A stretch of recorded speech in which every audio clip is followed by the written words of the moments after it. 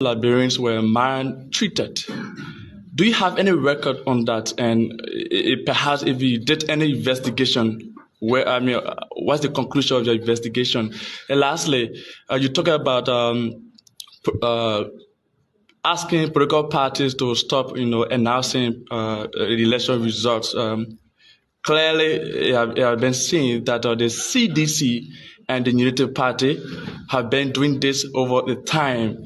So, what has been your stand? And as we go for the runoff on Tuesday, if you notice any political parties doing this, what could be the consequence that you will do?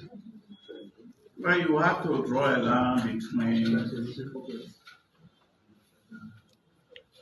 election or electoral violation and what would amount to a crime. I take note of the fact that I think Spoon started announcing results before anybody else. Probably you also need to examine yourself so that next time you will be helpful, you will take the lead in telling people do not announce early results. With respect to what occurred on the freeway, it is still being investigated. There are several incidents around the country that are being investigated. That's why the law provides for what we call statute of limitation. Some crimes you have 3 years to bring action. So people should not believe that because we do not charge and take you to court before the election, investigation will not continue after the election. Once it is a crime, even those who registered twice, we have the list from the NEC. They are being investigated. They are being pursued.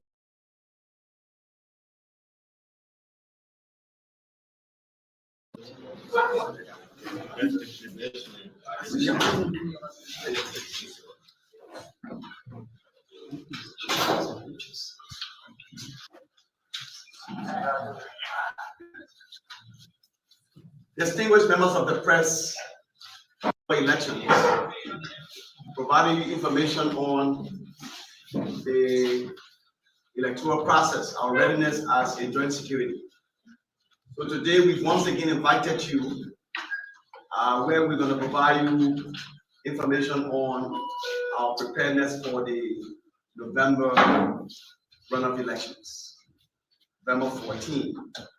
And so this press conference is going to be delivered by the Minister and Attorney General of the Republic of Liberia, Councillor Frank Musa Dane, and it's going to be backed. We wish to announce that following investigation into the violence which erupted on Friday, September 29, 2023 in Foya, Lofa County, several individuals have been charged with various crimes ranging from murder, criminal conspiracy to commit murder, criminal mischief, disorderly conduct, rioting, illegal possession of firearms, to terroristic threats. They have been duly forwarded to court and are awaiting trial. On a positive note, Liberia has had a very peaceful fourth general and presidential elections since the end of the 14-year civil conflict. This, we believe, is evidence that multi-party democracy is gaining strong roots in Liberia. Respect for our constitution and our elections law was observed by all parties participating in the first round of the elections. We join the international community of election observers to thank the Liberian people for their outstanding participation in the first round of these elections, held under a very peaceful atmosphere.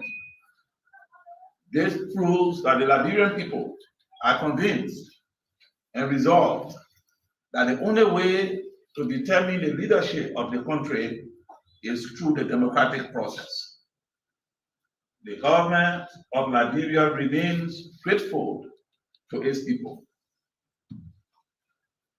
Immediately subsequent to the first round of the elections, there was a steady stream of baseless, unfounded, and alarming stories circulated on social media suggesting imminent bloodshed and disturbances, inflamed by rumors that there were plans afoot to rig the awaited results.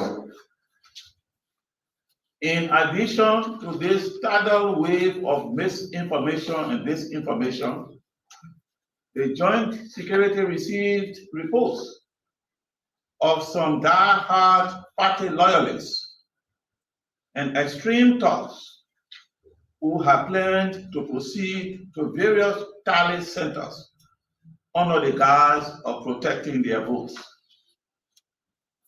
These accounts also indicated that attacks on high-level individuals, public infrastructure, and business houses were highly likely.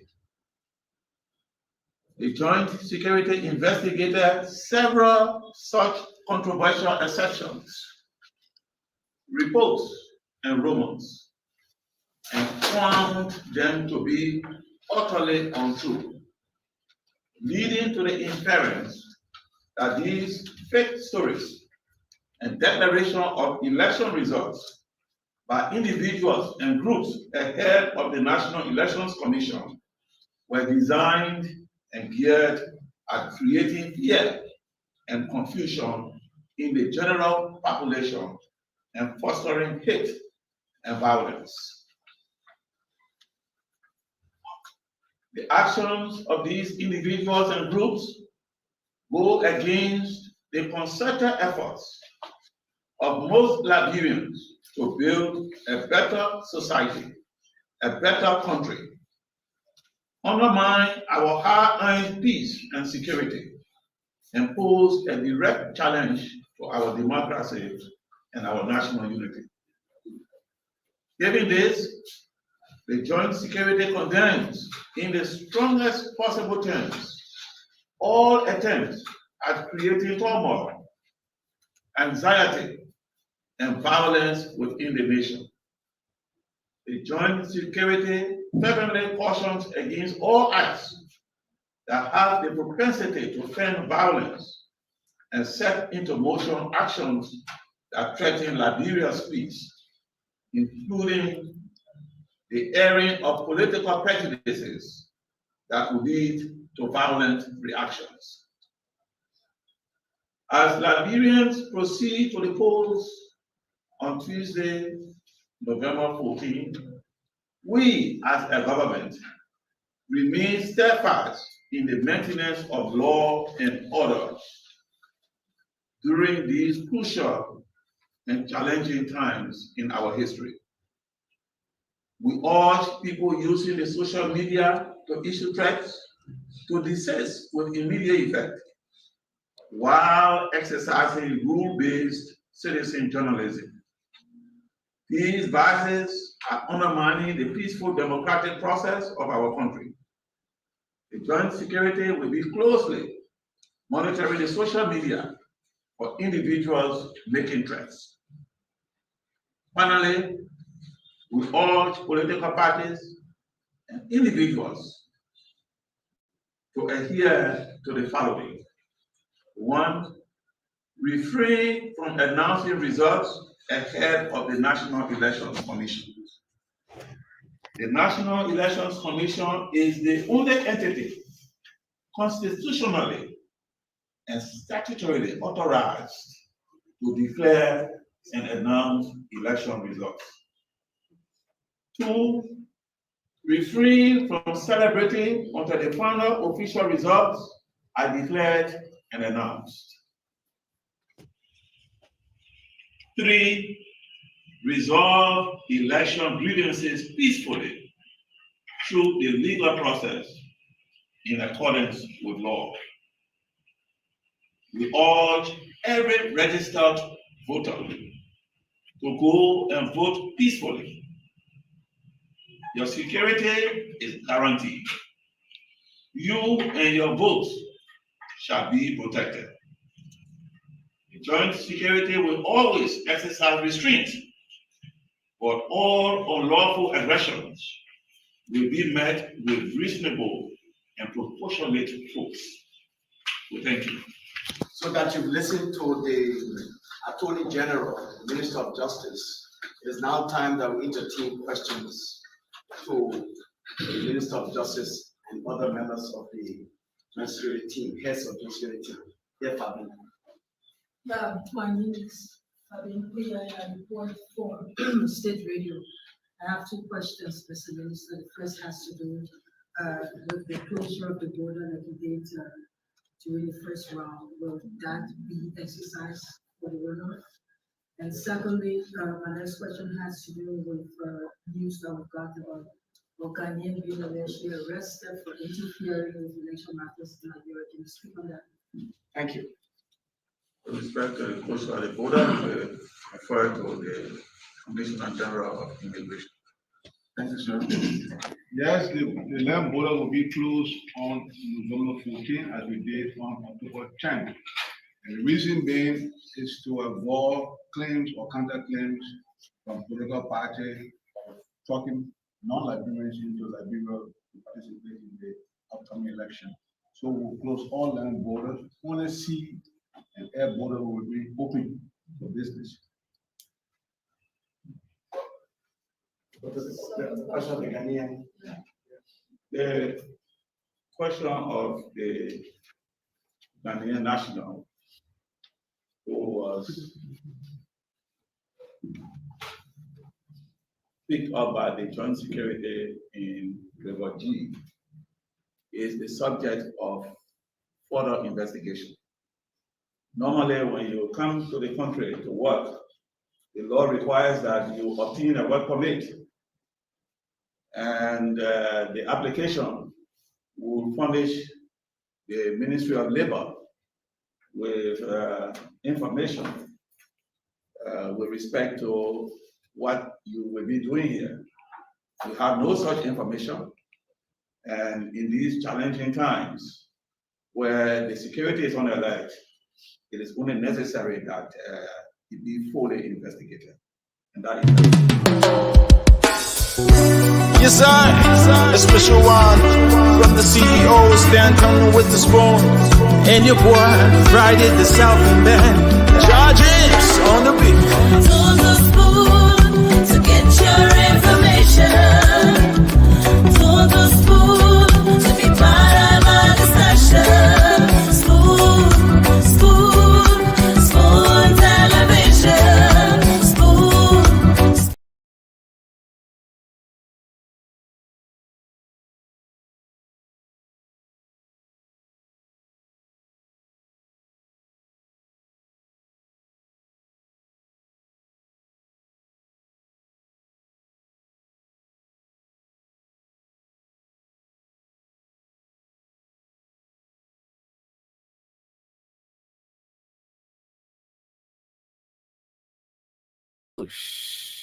Yeah. So sorry about that, folks. Thanks to all of you in the comment section for letting me know that I was just muted. So again, I want to say welcome to all of you across the world who have joined us tonight. Thanks for always making up time to be here with us on the late night show, the late night politics on Spoon. This is where we talk about the national issues. We get to agree and disagree here on this very platform, but we hold hard in our hearts the interest of our country. We all want to see Liberia do better, and that's why we come up here every single time to talk about those issues. So I'd like to say welcome to the program tonight. Again, we're live on Spoon 107.5 FM, we're live on Fabric 101.1 FM, and we're live on Super 95.5 FM as well.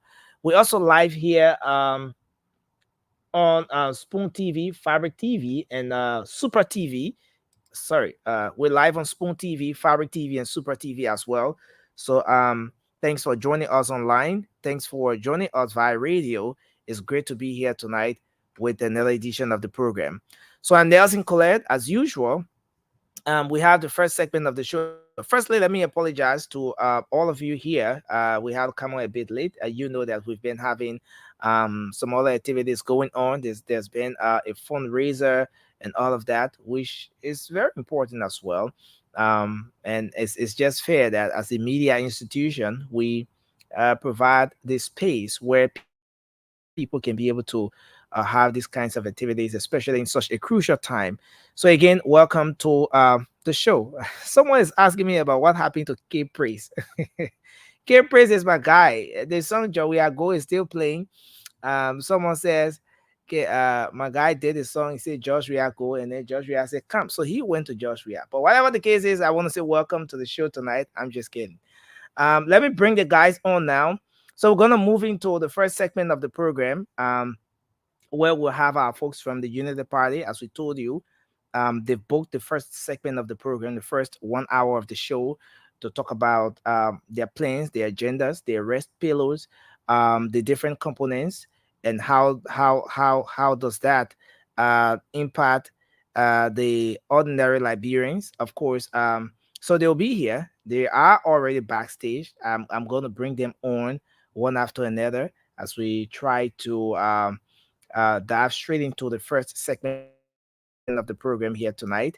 So we're going to be here for 2 hours. Yes, straight 2 hours of great interaction right here on this platform.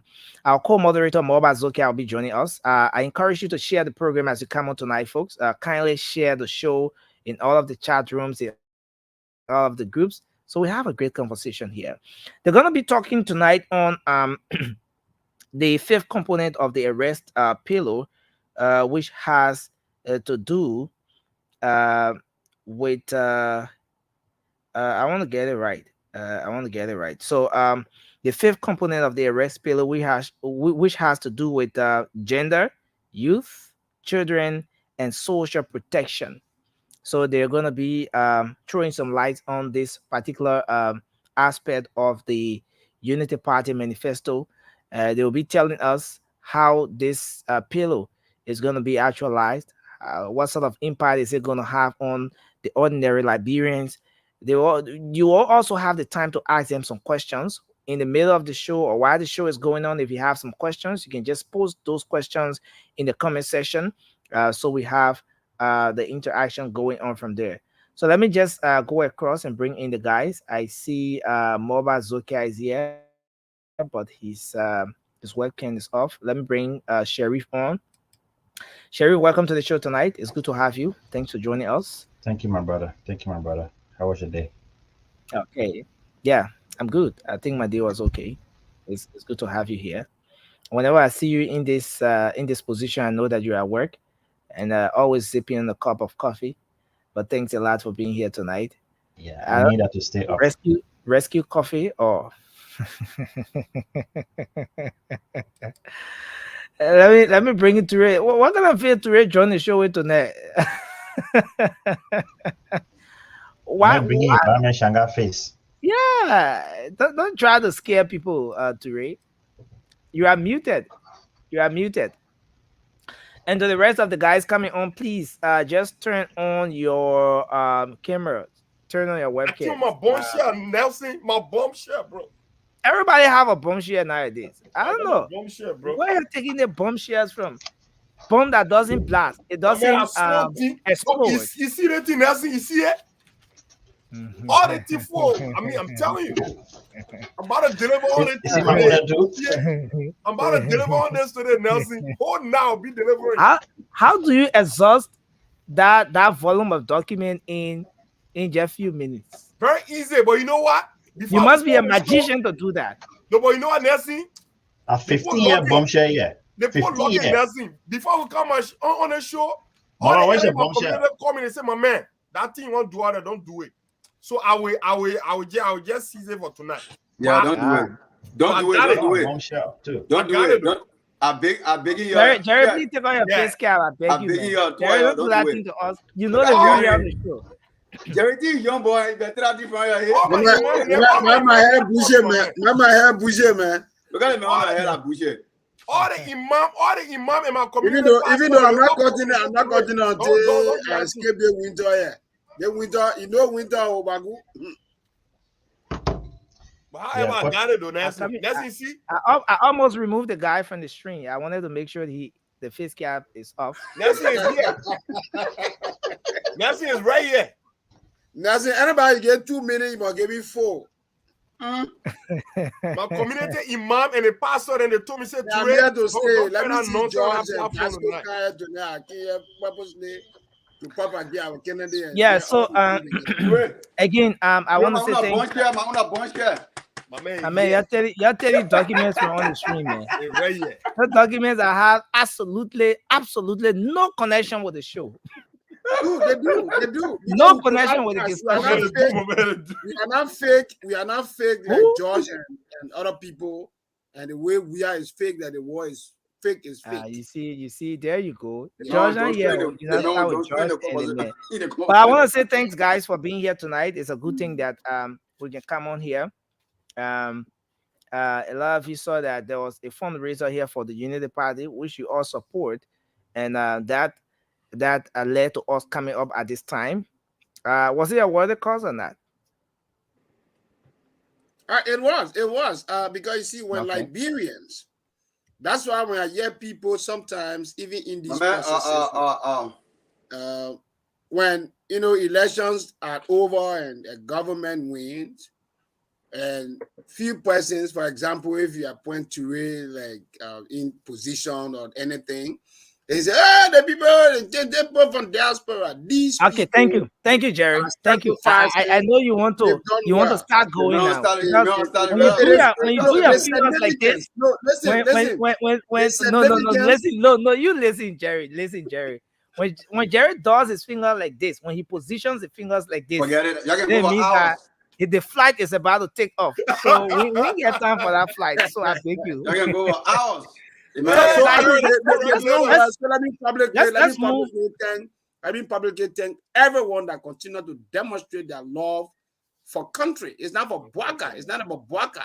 Only the ANC people can see individual, but there are a lot of people who see. Okay. Thank Liberia, you. As a bigger picture, because Liberia is down the drain. Thank God that they sanctioned Jefferson Koji. Yeah, we going there. We'll get there. Yeah. Oh, the sanction here? But read the UN embassy president. But this sanction here, they only make us statement. Hey, my brother. Boy, read it in detail. Read it in detail, bro. And like you are, like the way so gonna. I'm reading.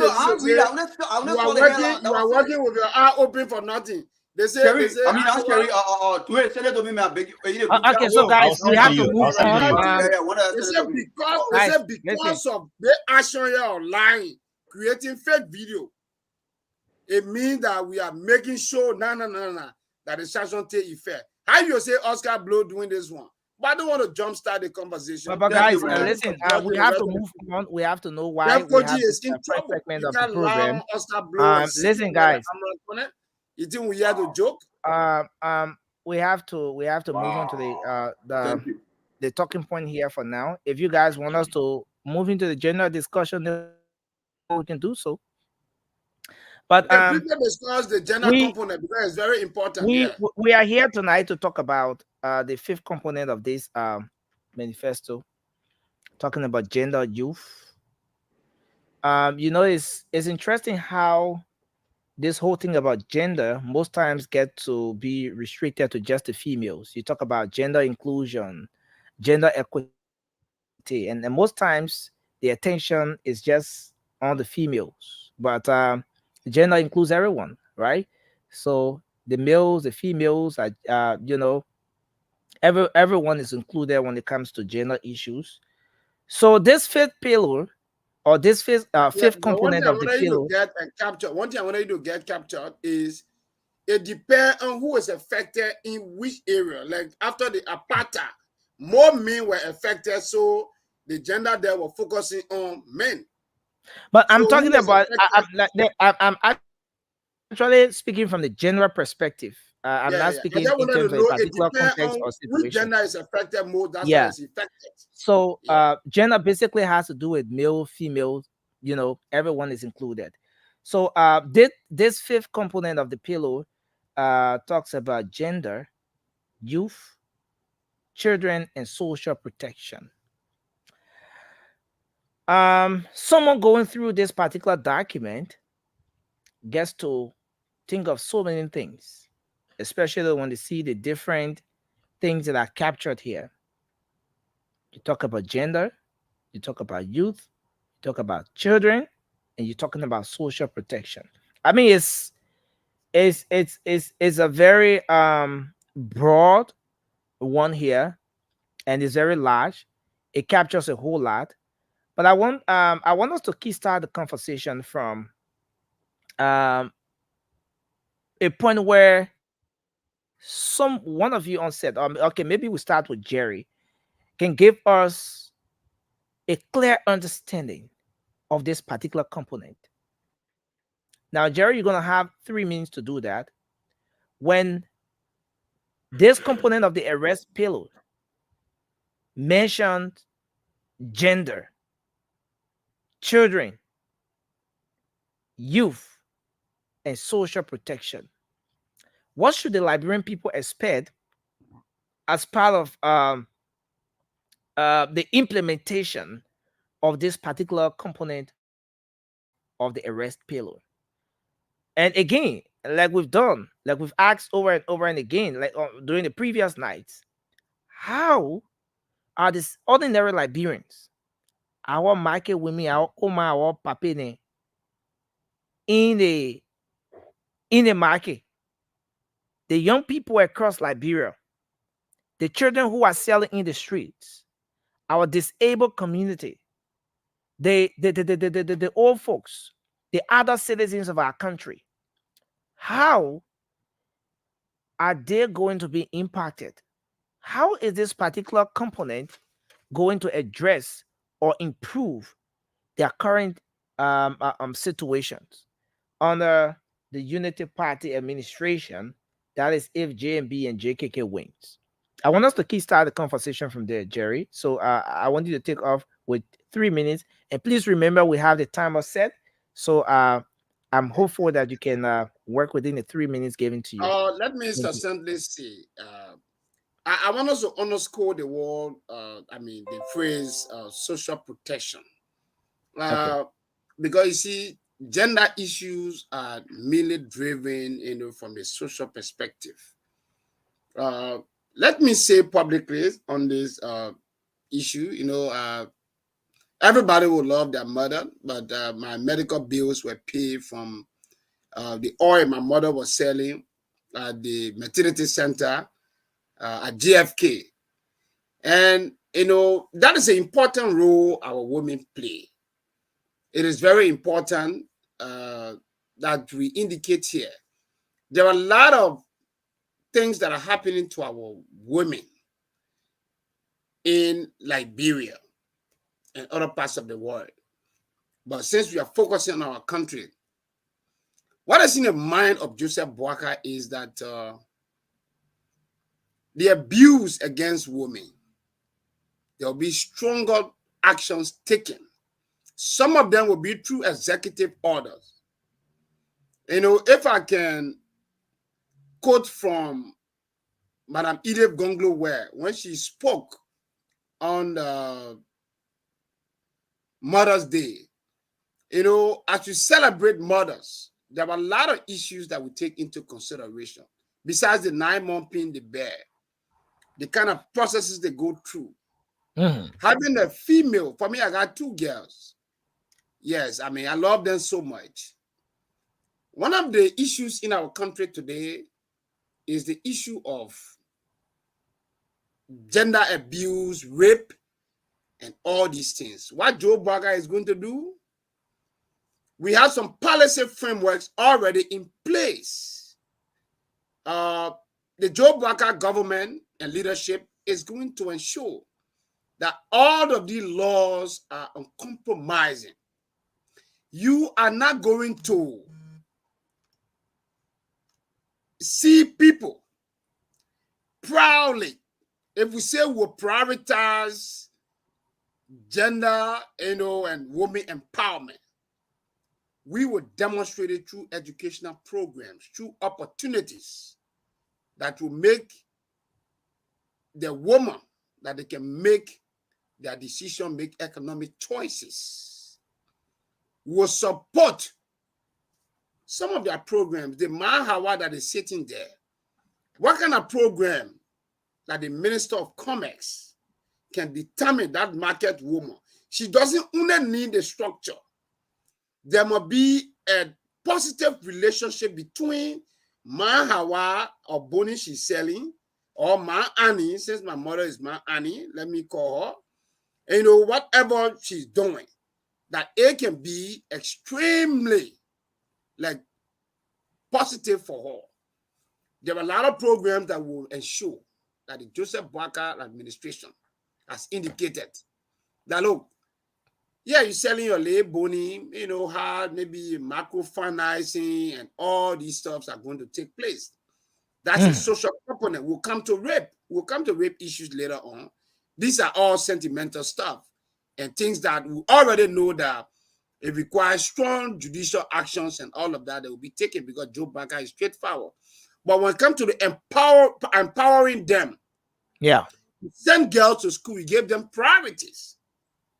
How do you try to make sure that, there were a lot of people who attended convent, such institutions that when you see women, you prioritize girls' education.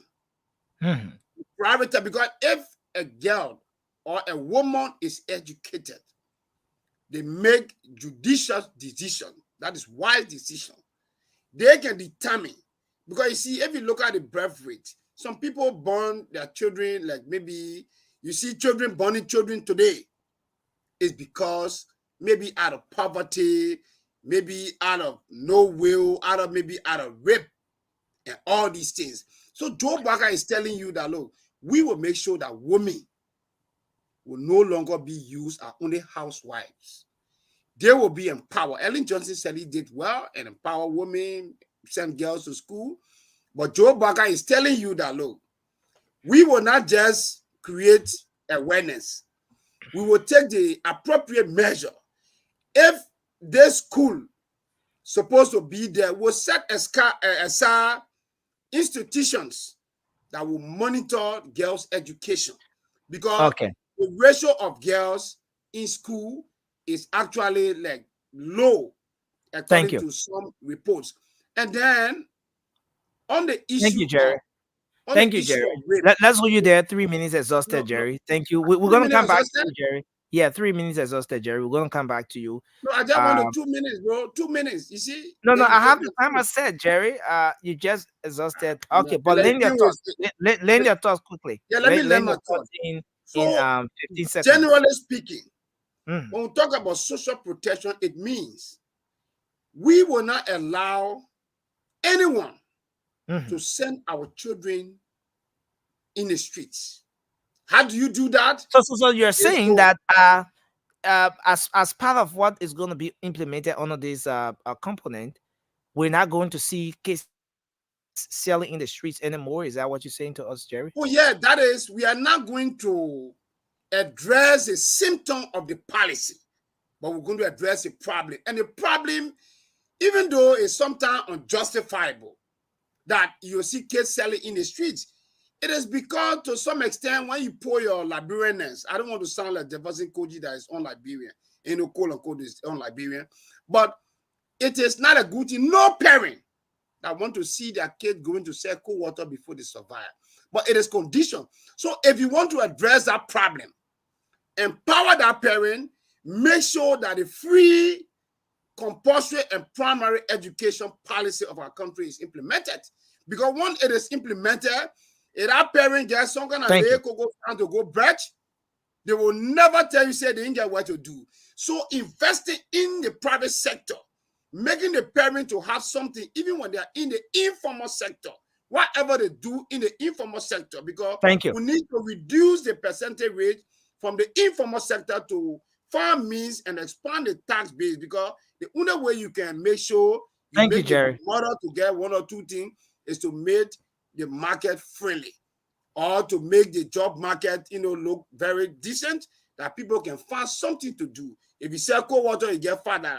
But if the parent get job, sometimes it means you are just trying to get the children off, no school, build more institutions, expand the Thank you, Jerry.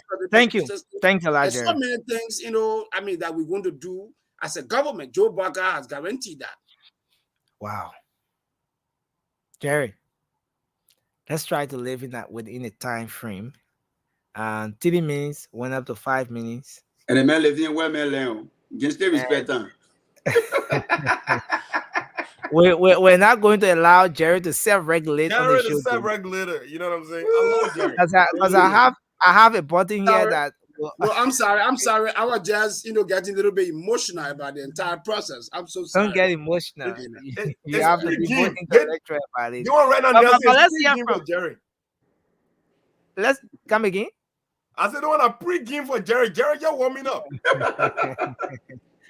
But let's hear from you, Ture, with respect to this particular component of the arrest bill. Yeah. Let's talk about the impact. Let's hear you talk about the impact it's going to have on the ordinary Liberians. You talk about gender, men, women included. You talk about the youth, the young people across Liberia that constitute over half of the population of the country. You talk about children. You talk about our folks from the disabled community, social protection, the other citizens. To what extent is the Unity Party, or you think the Unity Party or the JMB and JKK administration is going to give some concentration to that area? To what extent you think the lives of those people are going to be impacted by this very component of the arrest bill? Oh, at a greater extent. So we have to understand. So there's a policy right here that is indicative of how a nation should be, governed. So any country or any community or even a city or family that don't take care of its most vulnerable population, that country, to be quite honest, that country will not see success. I mean, we can all sit there and in America and see exactly how the country continues to strive. There is something we call a higher intervention. This country is blessed. This great United States is blessed because America take care of the least among us. I mean, they take care of the least among us, like the vulnerables. This Social Protection Act, it not only does it give children the opportunity to education, it protects our youth, give them skills to better themselves, and also make them serviceable to country. It provides protection for our elderly, the old people, like that's something that we really don't see that happening in our country. How can somebody work for 40 years and they don't have any pension? They don't have any retirement plan, no nothing. I know for sure when I retire, I'll be getting money from Social Security. I'll be getting money from different sources, I mean, from my 401k, obviously, and other stuff. So these are the systems that you really want to put in place. And I think JMB, he's intentional about this because it's capture in arrest, and he just don't put something there for the sake of putting stuff there. Mm-hmm. This is a direct sort of like, that's the difference between the PADP and the arrest. Like we actually the arrest is there, so people can see and actually look at some of the deliverables, some of the intentional deliverables that Liberians should expect from our incoming president, Honorable JMB. Okay, now you spoke of other countries, developed countries, taking care of the least amongst them. Now let's talk about how this can be translated to the Liberian society. What are the possibilities? Now, it's one thing to have the pillow capturing this particular component. The implementation is a whole different thing all by itself. It's a whole process all by itself. Is this something that you see to be possible, maybe in the first 5 years, in the first 3 years, in the first 2 years? Or is this something that's going to be a long-term goal or something? Now let's look at the possibility and the whole process, the whole process of making this a reality. You want to throw a little bit of light on that? Nelson, look, let me tell you, anything you write, right? And this is what people always talk about. Always, like if you're setting your goals, right? You set them by ranking, right? You have like stages, right? And you obviously know that once you write something down, then that become intentional. There's not about lip service or anything like that. It's possible, it can happen, right? If you are intentional about it, if you really deep down your heart, you know that this is something that you want to do. There is nothing in this world that if you put your mind to, right, that you cannot achieve. Look at Ethiopia. Ethiopia, when some of us are growing up, everything we know about Ethiopia was what? War, genocide, and all that stuff. That country, they were able to turn that country around in less than 15 years. Look at Ethiopia right now. We have Ethiopian airline flying from New York City. You know what I mean? Like, it's possible, Nelson. Right? It's possible. Like everything that's happening. Look at Rwanda, Nelson. Look at Rwanda. Like you just need a leader that cares. You just need a leader that really don't care about flying private jets when your citizens are languishing in agile poverty, right? Look, the money is spending to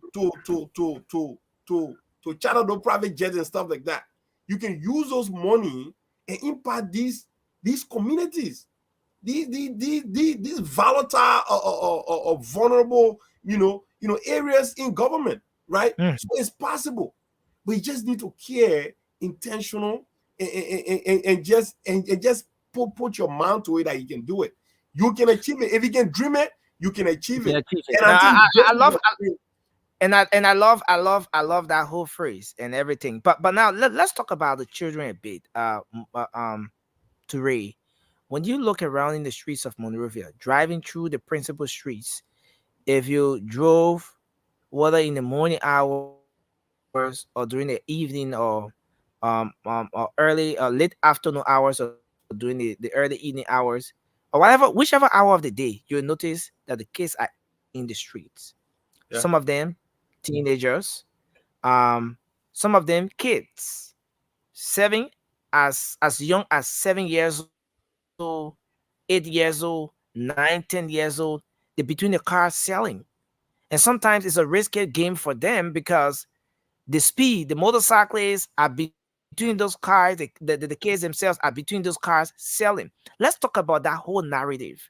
How is this particular component of the arrest pillow going to address a situation like that?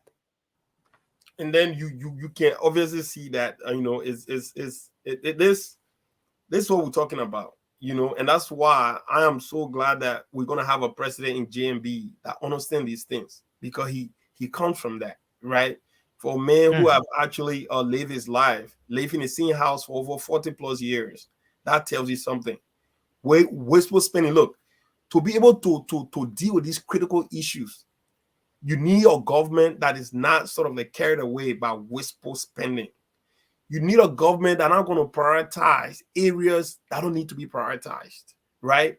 You need a government that are just going to or endeavor into programs that are sensationalized and for the sake of instant gratification, like building park that have absolutely no impact on the people. No, I'm not saying building park is good, but you need hospital, you need schools before you can even think about having park.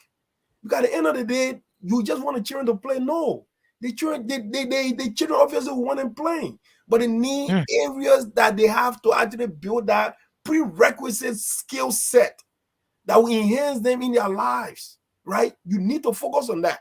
You can't. I understand the president, like you want your country to develop. That is true, but to what extent are you willing to go there, right? Are you going to sacrifice early childhood development for recreational activities? Is that a priority, right? So now you have to be very, very intentional and absolutely key on these areas when you're talking about social protection, because social protection is not just, I mean, it's sort of like it encompasses so many things, right? You're talking about, like female, how do you build them up, right? Thank you. How do you allocate resources for young girls, for young boys, for our elderly population, right? So you have to actually allocate a bit by bit. All of these populations, different population with different needs and different expectations. So I think this is a very critical area in a human capacity development that we'll actually talk about. But that definitely another pillar of this program. But I totally get it. This is intentional, and that's why it was captured in an arrest. Thank you. Thanks a lot. Thank you to it. And the thing that Mobile Molu said not going to happen where you have to sleep with women and give them a job like President doing. No. Okay. Yeah. Thank you. Mobile Molu said it. I'm you. not the one. Yeah. Thank you. Thanks a lot. This is interesting. Jerry always wants to make a point in between other points. Jerry, you have to wait for your time. You've exhausted your 3 minutes. I'm not saying that even after that thing to let's talk to you Sherry. heard it before. You can play that video. Sherry. Thanks again for the opportunity, and I just hope they give me enough time because there are so many things that I need to highlight. Yeah, you can work it through. I'm quite sure. No, I don't think anybody has spoken for less than 3 minutes here today. But again, so this is what I have to say. We understand that there's a gender disparity in our society, and most especially like the young girls. Somehow they have been reduced to a position where that no human should be in that level. Like I was about to touch on this topic here, that if a young person applies for a job in Liberia, they are not looking at that person's skill set. They're seeing that person as a sex material. In cases, you see a person who in charge of that job will openly ask these girls to exchange sex for positions, and it happens in our school systems. It happens in our work environments. These are things that needs to be curtailed. These are things that needs to be eradicated in our society. And again, also, we look at our females and you look at our society. Many of the burden falls on them. So if a man impregnate a girl now and he happened to run away, the burden falls on the lady. She's the one that has to fend for herself, has to fend for that child until that child grows up.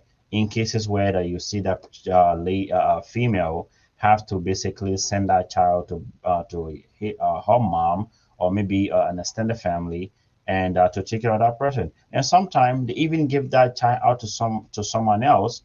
And you see some of these kids now in the street, they are reduced to being like street vendors. They have to be the provider for their families. These are things that we don't see happening in other nations, but our Liberia. Again, we look at our senior citizens, people in ages above 65. They are one of the most vulnerable society in our country, and they are not taken care of. You see older people in the street of Monrovia they have to beg to get food, and some of them they have actually served our nation in the past, but again the government have somehow deprived them from actually getting their benefits. And then Okay. from there you go to the disabled. There's no program actually for absolutely no program for them to actually help these underprivileged people in our society. They are great citizens. They just happen to be in positions where that God put them in. So we have to fend for them and then be able to integrate them in our society. Like we have our amputee national team. They are underfunded, if at all they receive any funding. And then we have the Association of the Blinds in our country. These organizations are there. They are not being funded. There's no skills workshop that have been actually created for these guys to actually help them out. And you also have our young girls, some of which that have not, so for some reason, they were not able to further go further in the educational system. Most of the reason due to earlier pregnancy, sometimes due to financial difficulties, and some of these young folks, they are bright, they are brilliant, and they are one of the bigger contributing factors to our economy. So, what program do we have for them to actually give them skills and that will impact the society? Like, for example, if someone, nobody, it's not everybody that's going to be an engineer, not everyone is going to be a doctor, not everyone is going to be a scientist. But again, there's also other vocational trainings that can impact them. A person can be good at tailoring. Maybe one of them can be good at cooking. You can open a restaurant, and then the government can provide an avenue for them. And some of them can be good at some other skills, labor job that they can actually learn and contribute to the society. And so again, it takes a government that actually has a plan for its people, a government that has a blueprint. And this is why GMB is the only person that actually has this blueprint, because from the previous government, the Unity Party, we had those blueprints in place, and most of it was implemented. We could also see it from our schools, international scene, how well we were doing in terms of like gender inequality, and we saw a large number of female contesting for various elected positions. We saw them integrated in various positions in our society. So there were a lot of improvement. But when this government came in, they reduced them to nothing. Females now, that a lot of our girls, they have lost hope for those that have refused to comply to that sex for job. Now they have to sit home, or maybe they are forced to do businesses that is not even paying well. So we need a functioning government, and we cannot get that from where. We are government, they are not capable. All they know is to embezzle money. All they know is to further derail our nation. All they know is to reduce our country to a drug infested nation. We see our young people today; they have lost hope because there's nothing for them, because they feel that the government is not working for them. So this is why we are seeing the majority of them. They are all come out. You can see the pain in their voices when they're speaking. You can see the turnout in the elections. You can see their participation in various campaigns. You can see their participation in various communities, volunteering just to make sure to see the best for our nation. But again, the good news is this: we have someone in the race who is capable to make those changes. And this is why GNB is in the race. Is he going to make everything change within 1 year time? No. But again, with collective effort and a good planning, we can achieve that. And Nelson, let me just conclude this right now. So, okay. So with that, and also we see our senior citizen, for people who are above 65 and up and pregnant women, those people in our society, in the US here especially, they call them like senior citizen. If you're on the bus sitting, a pregnant woman walks on the bus, you have to wake up, she has to sit down. So we have to give them priority. We have to respect those people. They are our senior citizens, and most especially our most vulnerable members of our society, the women. They need help. We need to make sure that they create an avenue for them that they can do businesses, they can support the society, they can support their various homes, because they get the most burden among everyone else. Because if Okay. the husband is not working, the female is the one that's been entitled to provide food and whatnot. So this is why we are asking you to vote Joseph Numa Boakai. With Joseph Numa Boakai, the avenue will be there, and also the female will be empowered once again, and you have a voice in the society. So if you're women out there and you listen to the podcast right now, I just want you to know that there's a hope for you. Joseph Numa Boakai, this is a solution. Vote for Joseph Numa Boakai for a better society. He's going to elevate you. He's going to take you from that stage that you are in right now to another level. Vote Joseph Numa Boakai. He's the number one on the ballot come November 14 on Tuesday. Thank you so much, Nelson. Thanks a lot. So then we move to Moba on this first round. Moba, let's hear from you. What's your take on this component of the pillars?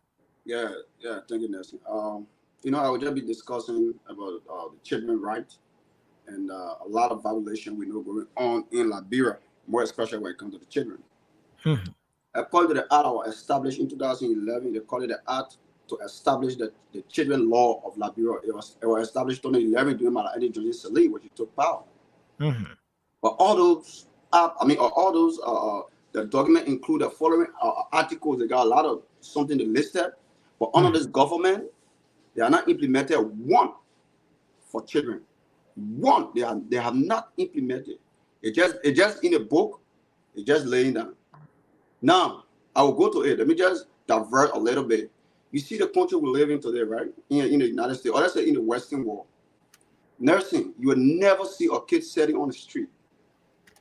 School hour, even when it's time for school, if your kid, she or he not going to school and the police found out about it, or even the neighbor know that child not going to school, but they never call the cop, you get a question to answer. Because the people value children. They value the children right. Because the people believe that those children, they are the future leader. Without them, America will be nothing. So they got to invest in those children. Why we can do it to Liberia? Today, go on the Somalia Drive, right? What we call the Jebeni Highway, from Freeport all the way to Red Light, you see children between the cars selling. School time, go eat time. From let's zoom from all the way from UL, going all the way here, WA, go see between the cars. 10 years old, 7 years old. They sell it, they are the breadwinner for their family. So the children's rights have been violated under this regime. We say objective and principle of the law. Now when we're talking about objective and principle of the law, right? Those children, under the law that Malaki Joseph Salih passed, that to protect children, right? The children, their law have been violated. Simply because their parents don't have money to send them to school, they are the breadwinner. They get nothing like financial assistance. So more especially the girls' children have been abused because they can't afford. But on a JMB government, right? On a JMB government, we'll make sure. That's why we come on the radio every day. We tell the people. That's why according to JMB, he said on one of his podcasts, he said, "I will make sure no children will sell on the street. It will be amended. Will pass that law. No children will sell on the street because he knows the value of those children. Those children can be a future leader for tomorrow." Now we come down to what? Child right and government duty, right? Under the same law, child law of Liberia 2011. That's what we're discussing. Under this government, George Manabuya government have violated again. Government, they say government duty. What's the government duty? To protect child or children. What's the government duty? The government has none, zero. Today, go in the street. Today, go places you hear how many girls, children under the age have been raped. But what? The perpetrators still walking freely. That's the reason why I want to take the country from George Weah.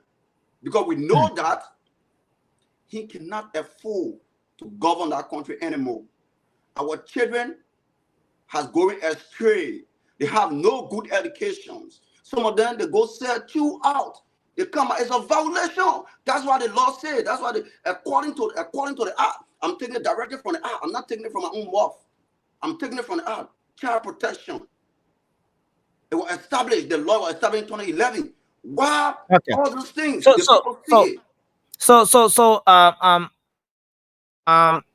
This particular component of the payload, the arrest payload, you are showing the Liberian people tonight more about that. Is going to address the rights of children. Yes, we will. Yes, that's why. Yeah, I'm coming to that. That's why I want to emphasize on it, because George Weah never implement all those acts under his regime for 6 years. He violated those children's rights. I challenge George Weah. He been in the Western world.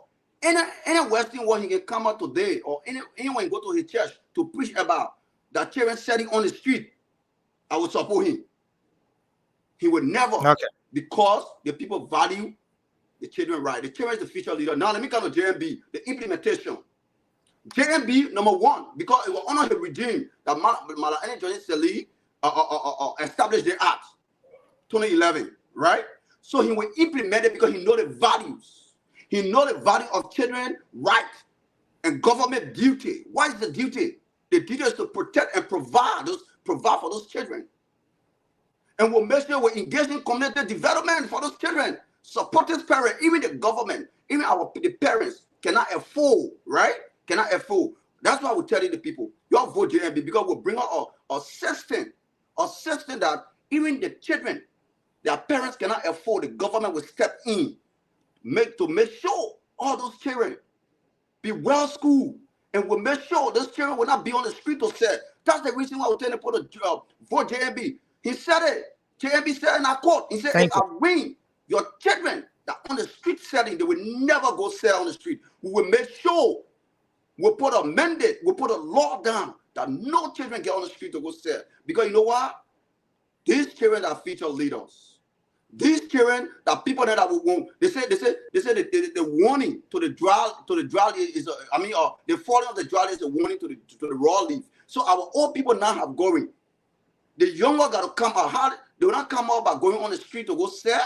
They will not come out by putting them between the cars to go sell cold water. They will not come out by forcing them into early child marriage because their parent cannot afford. Under JMB regime, we will not accept it. We make sure all these children get a quality education, and we prevent our girls' children from rapes, from abuse, more especially the children in general. They all will get quality education and quality and quality right. Will provide, JMB will provide for them, and we'll make sure we'll go head to head with the United States guideline when it comes to children rights. I submit. Although I don't go through the responsibility all the one about, that's fine. Yeah, let's have you guys. Yeah, I'm coming now. Let's have you guys. 30 seconds. I just wanted to ask something small to Moba. So Jerry, what we're gonna do now is that you take the 30 seconds.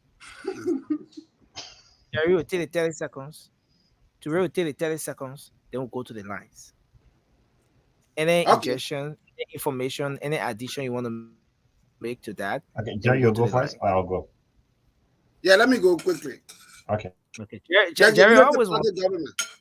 The United Party government demonstrated that before on where Joseph Boakai served as vice president. We're not just being market structures for people to be selling under the market. Some of the structures you see, so we believe in what we call the early childhood education. That woman, the only place she can get small food to eat is to sell at the market. So when we build a market structure, we get school under there. So we did that before. Some of the institutions are around. Unlike the George Weah administration, where you find out that the Jet Bay market, they don't even care for who go to school. Because that person, early morning when they're waking up, they can take their child carry them. Maybe in the basement, the child is going to school, or upstairs where the mother is selling.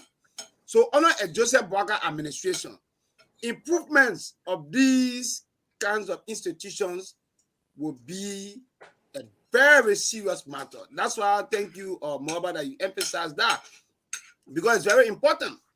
You know, yeah, it's good that sometimes some of our parents, because of death or other reckless attitude on the part of, you know, some of our male gender, they are single mothers. They are there taking care of the children.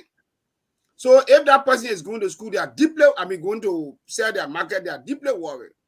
So Joseph Boakai government is not just going to get the children off the street, but if the mother is selling, that child will be in school. That man will be, that water, will be in cold water, because they will not be worrying that, as a matter of fact, we will not get any child in the street, because we will empower that mother if they believe that this is what they are doing.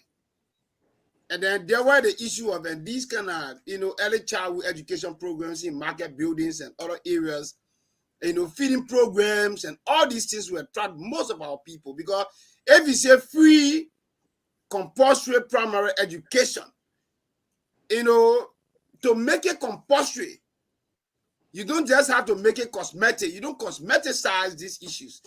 You make sure you take concrete policy action.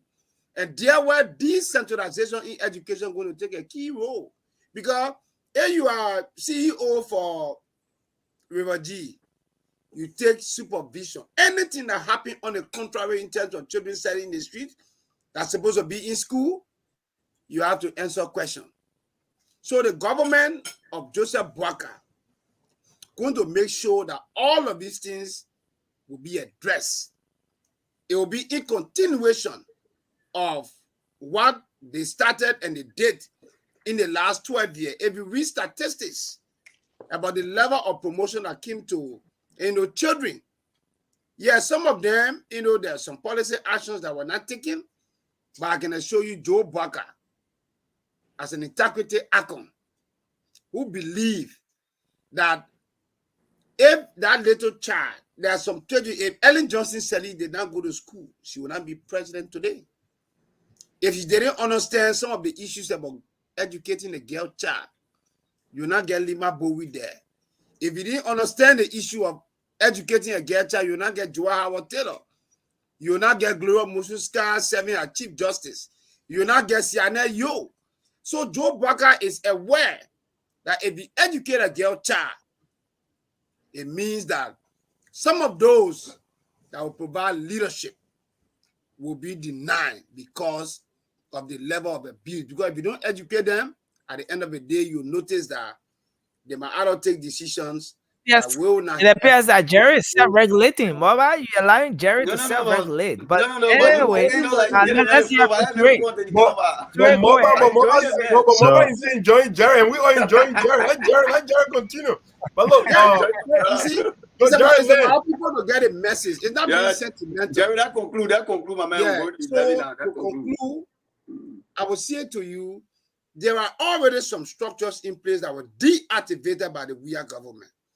But we will try to format some of these, you know, policies that have some viruses in it that were placed there by George Weah government with a perception about women. A perception about women, as stated by Mama Molu, is to abuse a lot of girls, enjoy himself, live. He doesn't see women as people who have value and contribute to society. He sees them as sex slaves, which is unfair. But Joe Boakai doesn't care for that. He's concerned much more about the bigger picture, which is their contribution. So you see, Mama Molu, let me not call you Mama Molu because you can never talk, you know, Mama Zoga stress a very significant point. These things were already implemented, some of them, but they were not at the level. That's what you did, Jerry. Joe Boakai took key interest in making sure that the girl child is given the right education.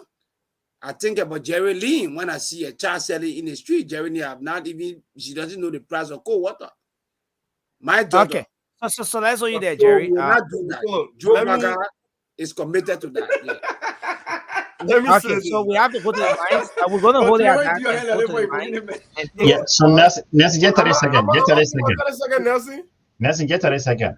So No, the- okay, so we'll do 20 seconds each and go to the line. Okay, So we sure, want to do sure. a quick open So, panel. just and- to- Yeah. 20 seconds because myself I got other- a couple things over that. So just to buttress, all this program was already in place during Ellen regime, and I am one of the benefactors of one of those programs. I became a child broadcaster in 2008 for Omi Radio and also their annex radio station called YFM, abbreviated for Youth FM. So I through Ellen program, so we conducted community services, provided like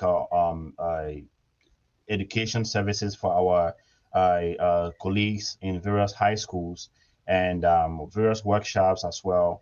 So that was a program that was established by the Ellen government that I benefited from, and I even was offered a scholarship to come to the U.S. So this program was actually there, and just that this government came into power, and they just basically terminated everything. Thank you. Nelson, let me just come in with my 46 minute. What?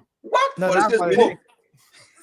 Then the entire show finished. Take I 20 am seconds. messing with Jerry. I am messing with Jerry. But look, but on some serious note, right? If you look at Ome Boakai, I see him as a value creator, right? Every time I hear him speaks, right? He talks about how he's just trying to build a foundation. This is something that I've heard Mo Ali talks about every time they talk to him. Even Amara Kone sort of like alluded to that same thing during his endorsement speech. That the old man just coming to build a foundation. He understands building a foundation cannot go without empowering the youth, cannot go without educating the youth, because there is this thing in this country that continue to make America great, right? Is the fact that they have a very robust succession plan, right, Nelson? Like, you need to have that. So the youth, you have to invest in them because they are the future.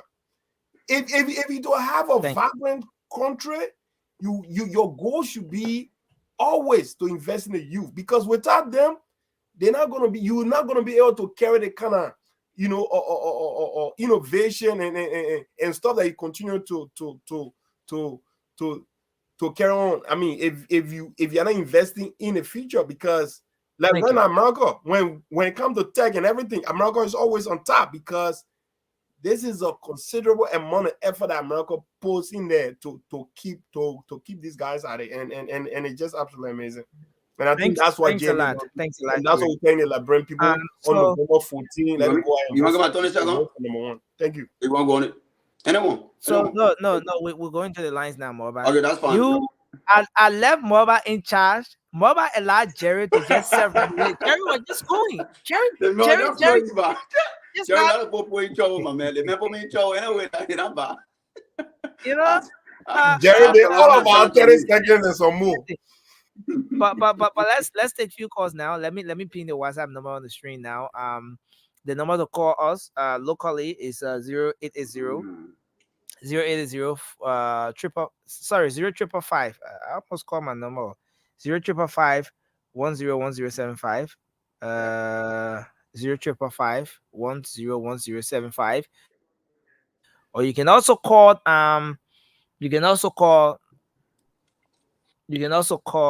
the WhatsApp number on the screen. Let me take the first call from our local line here. Hello, you're live. Hello, Nelson. Yes, sir. Your name and where you call from?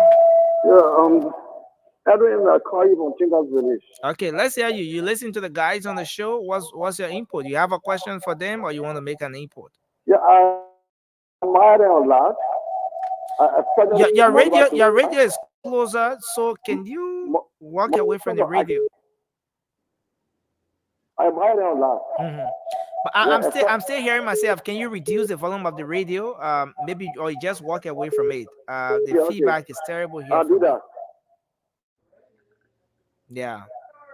Am I okay now? Okay, we can try with that. Go ahead, sir.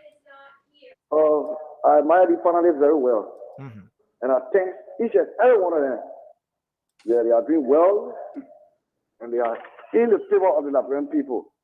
Unless how they are propagating the messages on the air, especially the intention of Mr. Boakan.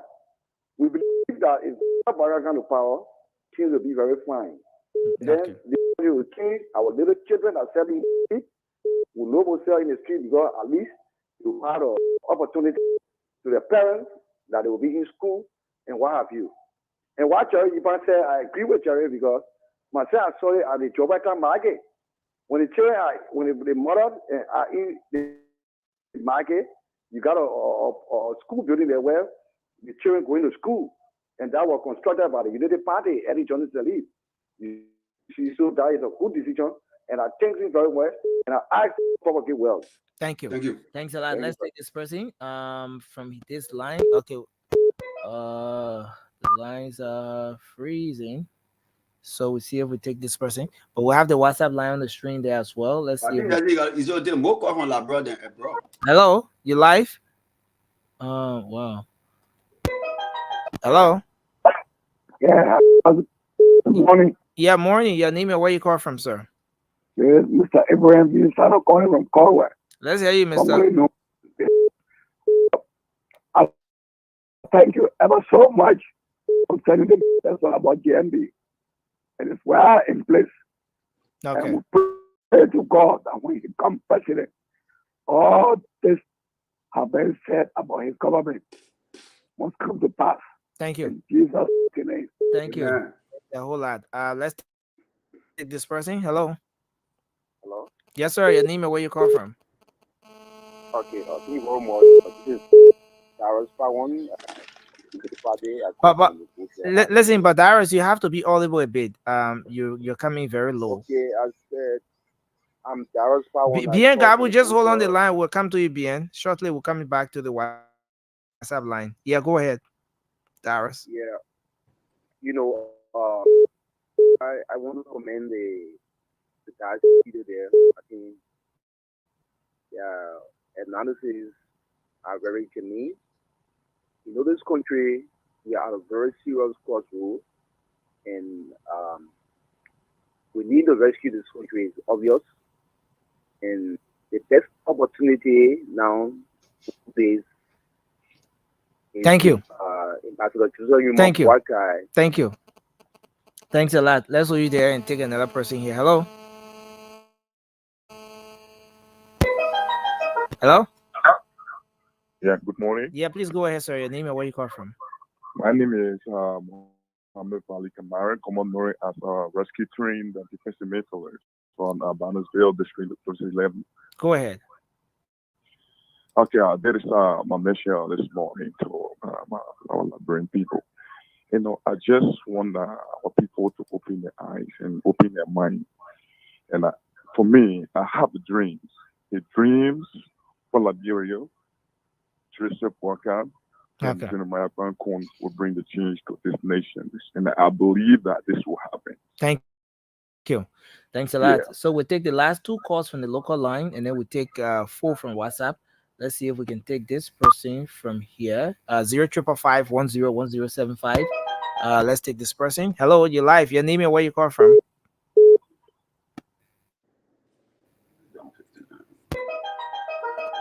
Hello. Hello, how are you? Yes, sir. Your name and where you call from? This is Robert Nwakuru. And let me thank you. And to all of those guys that are speaking in there. Look, I'm a woman. I know what happened here in the 50s, in the 60s, in the 70s, as people have been coming out and contaminating. I'm sure, 100% sure that we will not let the Ome Joseph Newman Boakai to stand alone.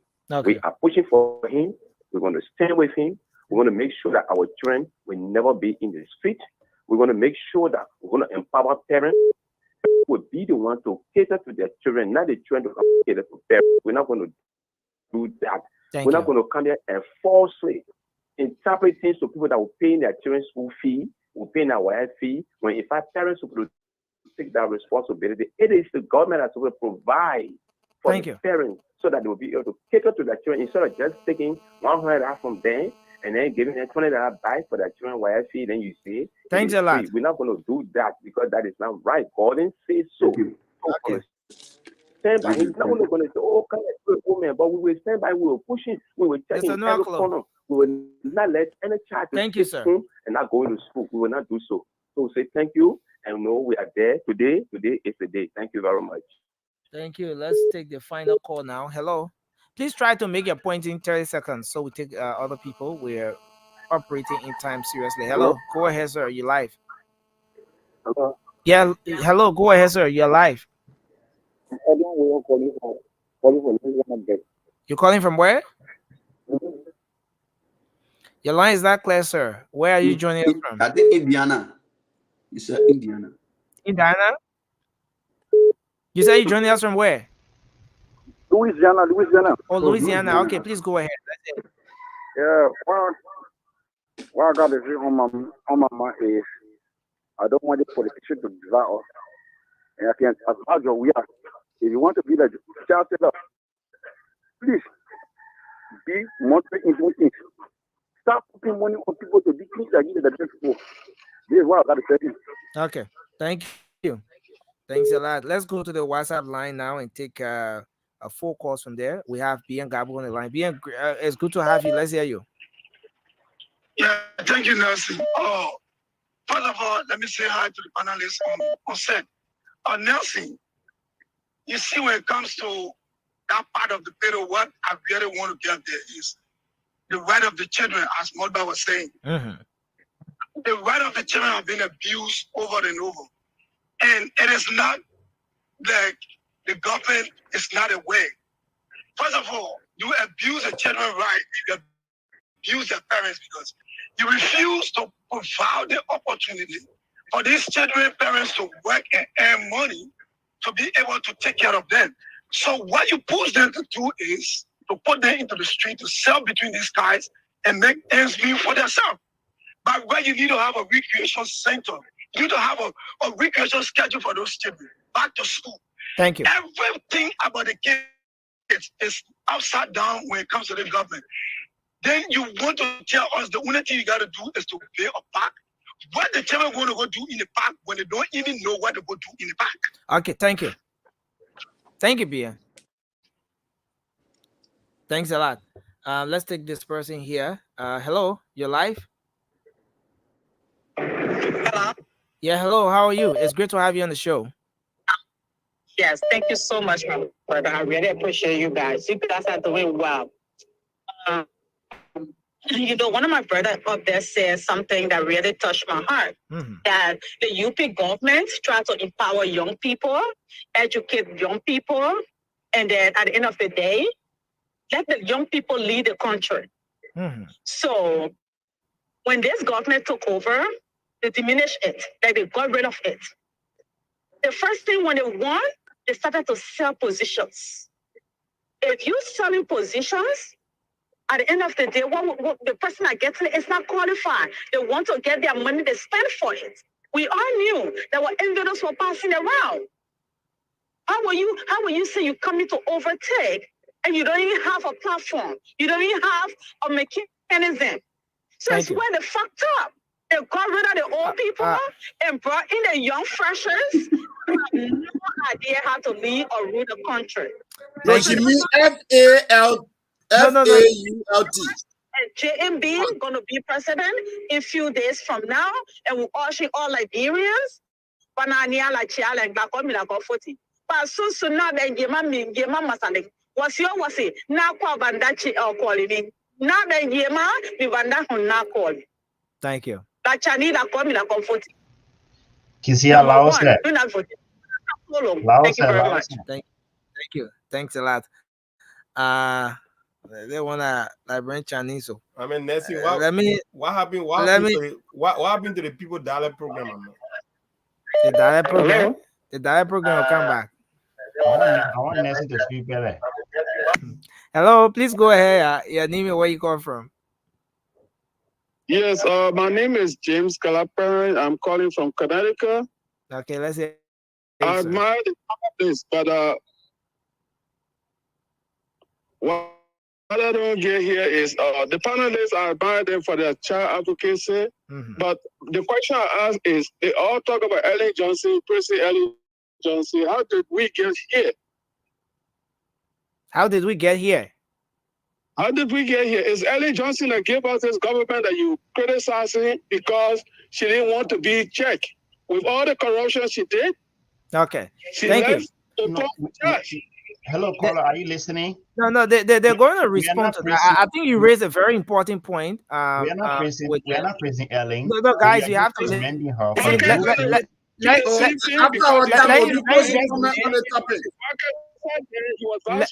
Let the caller lane his thought on this. Caller, go ahead, sir. Wow, there's something else in the background. And hello, are you still on the line, sir? Yes, I'm on the line by your panelists. It seems to be, they don't like to listen. But what I'm saying here, you guys are good advocating for our case, and this is what we want to see. But when you come back and dilute it and tell me Ellen Johnson was this, Ellen Johnson was this, she didn't do good because she left open with you. And this is where we end up with this situation. Okay. Thank you. Thanks a lot, sir. Let's take the final call from the WhatsApp line. And the final call from the WhatsApp, and then we'll be out.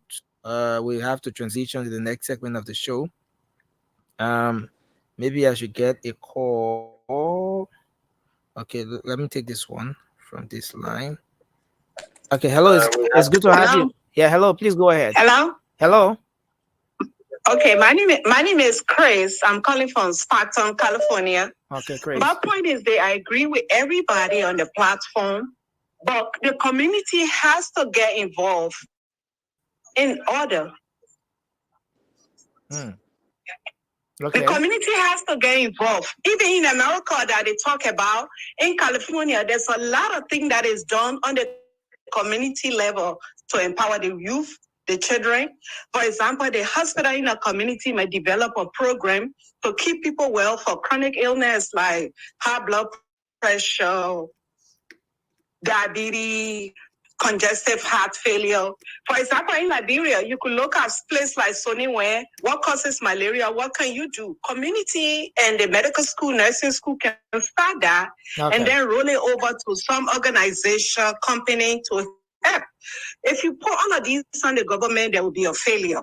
They'll be like, oh, we expect Mr. Boycott to do this, to do that, and he didn't finish. But it must start with every one of us. Thank you. Thank you for your time. Thanks a lot. And I think we'll go there at that. Yeah, talking about the cost. We are not making another round. We are not making another round on the discussion. No, like making a round. I want to. You just do 10 seconds. Not nothing to have like even. It's not another round. What you said, I just want to. But Jerry doesn't speak in 10 seconds. That's the problem. Okay, let me do justice, right? Let me do justice. I'm going to set the timer for 20 seconds each. Okay. Yeah. Let me just. And let's agree on this. Once it reaches 20 seconds, wherever you are, you're gonna be held there, and then we go there. So because we need to transition to the other background. Yeah. So how about you can take your 20 seconds now? Yeah, what that woman said, she right, because under the law, it says community and governmental support to parents. So I believe that within our identical topic, it's discussing the same initiative she just mentioned. So I'm gonna applaud for that because the community need to be involved. Thank you. The community needs to be involved. Thank you. Let's hold you there. And Toure, you want to make a quick point? 20 seconds as well. Yeah, absolutely. So let me just go real quick. So yeah, Nelson, absolutely. Look, this is government, community, local. Like everybody got to get involved. Like even the great United States here, right?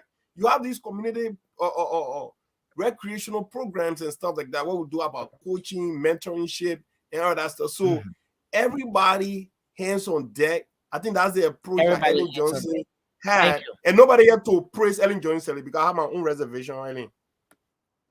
Okay, thank you. Then Jerry. Jerry, please go ahead. You know, Jerry's face doesn't look 20 seconds.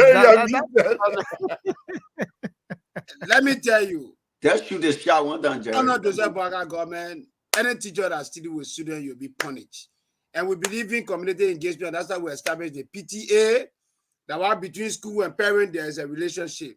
That's why we established the community policing. We're going to reinforce that to ensure that all these things happen. Any other issue concerning our children, we'll not just take them off the street. We'll make sure that they have everything that they need in terms of protection. Thank you. So Ture, you want to go? You want to take 20 seconds or you want to leave now? No, we're already. What I meant, like. No, sorry, I mean Sharif. Sharif, you want to come by again? Yeah. I think Sharif is busy, so we're gonna cross over now to No, I'm not busy. I'm good. 20 seconds. Yeah. Respond to that caller. That's it. That respond to that caller about that adding stuff. So, what we're saying in a nutshell, we are not praising Ellen Johnson Sirleaf in any way, shape, or form. What we're trying to tell you that she, and we have to give her credit for her government for putting a blueprint. Was everything perfect in her regime? Absolutely not. But we also have to commend that there was a blueprint put in place, and that blueprint was nullified by this current regime. Thank you. Yeah. Less than 15 seconds. You went a little over 20 seconds. You took 23, but that's not bad. That's okay. Dr. Ishmael Jason, thanks for joining us. Gabriel Boyman, thanks for joining us. SG, who is SG? Thanks for joining us. Yeah, let me recognize my folks. But we're about to transition now. We're moving to the final segment of the program. Very quick. We're gonna do a quick one on this. Let me welcome Josh Wheeler. He represents the CDC. Let me welcome our sister Maggie. Maggie, thanks for joining us tonight. There's something with Maggie's connection, but we're gonna bring her back. Let me also bring in Vasco. Vasco Smooth, thanks for joining us here tonight. It's good to have you guys on set. Let me post the link. Let me post the link in the comment section for those wanting to join us tonight to do just that. I wish Jordan living that opulence now. See water running behind. Yeah. On we are government, you just play opulence like that. Then you say how people enjoy it.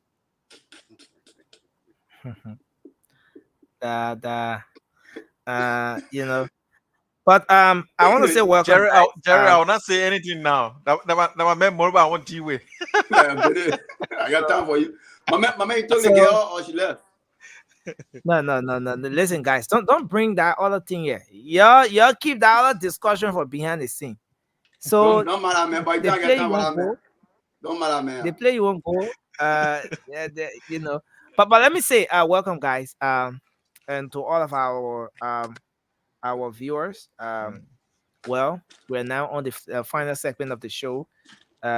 Yes, we started up a bit late, so we went about close to 2 hours. But it's good to be here again, and it's good to have folks on the both sides on this final segment of the program. Now, I want us to kickstart the conversation with a very important activity that took place today. A lot of you followed. You're aware. We played a portion of this video. Maybe we should do that just briefly about the press conference that was held today. The joint security. The joint security here in Liberia comprises the Liberia National Police, the Armed Forces of Liberia, the Liberia Drugs Enforcement Agency, the Immigration Service, and you name the rest. They comprise of the joint security. They make up the joint security. And most times when there is a pressing national issue, they come together as a force and they try to address those issues from a united front or with a united front. So they have a press conference today trying to address lots of issues in the country. The Justice minister presided over the press conference. There was the presence of the defense how do you call it, the chief of staff. He was there today as well. And we had other folks like the immigration boss Robert Bullier was there as well, and other top ranking officials of government from the security sector. So lots of things were said, but key amongst those things were the issue that has to do with the election. First of all, the Ministry of Justice sent out a caveat, or the joint security, speaking through the Justice Minister, sent out a caveat that nobody, absolutely no one, should get involved with announcing of results, election results and so forth, except the National Elections Commission. They went on to talk about the violent situation in how do you call it, Lofa County. They've concluded investigation. They have some individuals, and they've charged them on different counts, murder and other stuff. And there were concerns raised about the situation on the Japan Freeway, and those the Justice Minister said that situation is still undergoing investigation. Did not concluded yet. There was, since in fact he was talking about peace and all of those things, there was a concern raised with respect to a recent situation in the country where a media, a senior media person has been in the business of making some Facebook posts that sort of instilled fears in Liberians. Talking about a bloody Liberia. He was making a prediction that Joseph Boakai will lose the election, and then the Liberians will be outraged. There will be, and stuff like that. And he ended up by saying that people should stay away from the street. He did similar posts previously. We highlighted that, but again, he was quizzed about that. Since in fact you're talking about security issues, what do you make of someone who is close to the ruling establishment, who is glaringly supporting the ruling establishment, making these kinds of posts on social media? And he said that man is a soothsayer. You can talk about that. He's just making a prediction. So there were lots of things that were addressed at this particular press conference. I want us to make some analysis around that. Let's have a buzz of it right here, very quick. Then we're going to come back. We will give 2 minutes each across the board first for you guys to make some analysis around this particular press conference today. So let's see if we can get it coming in real quick, because we have limited time to do this. I'm going to bring Maggie back. Maggie, sorry, I'm going to bring you back. I'm just trying to make sure that all is set from your end, then I can bring you on. So, okay, so this is it. Once again, of the Republic of Liberia, Lofa County, several individuals. Welcome to this press conference by the Joint Security of Liberia.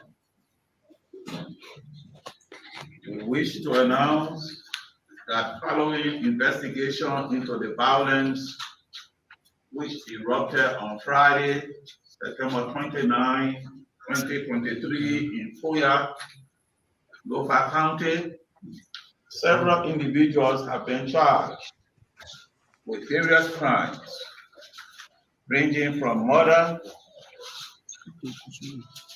criminal conspiracy to commit murder, criminal mischief, disorderly conduct, rioting, illegal possession of firearms, to terroristic threats.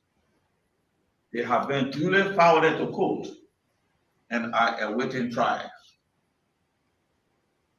On a positive note, Liberia has had a very peaceful fourth general and presidential elections after 14 years civil conflict.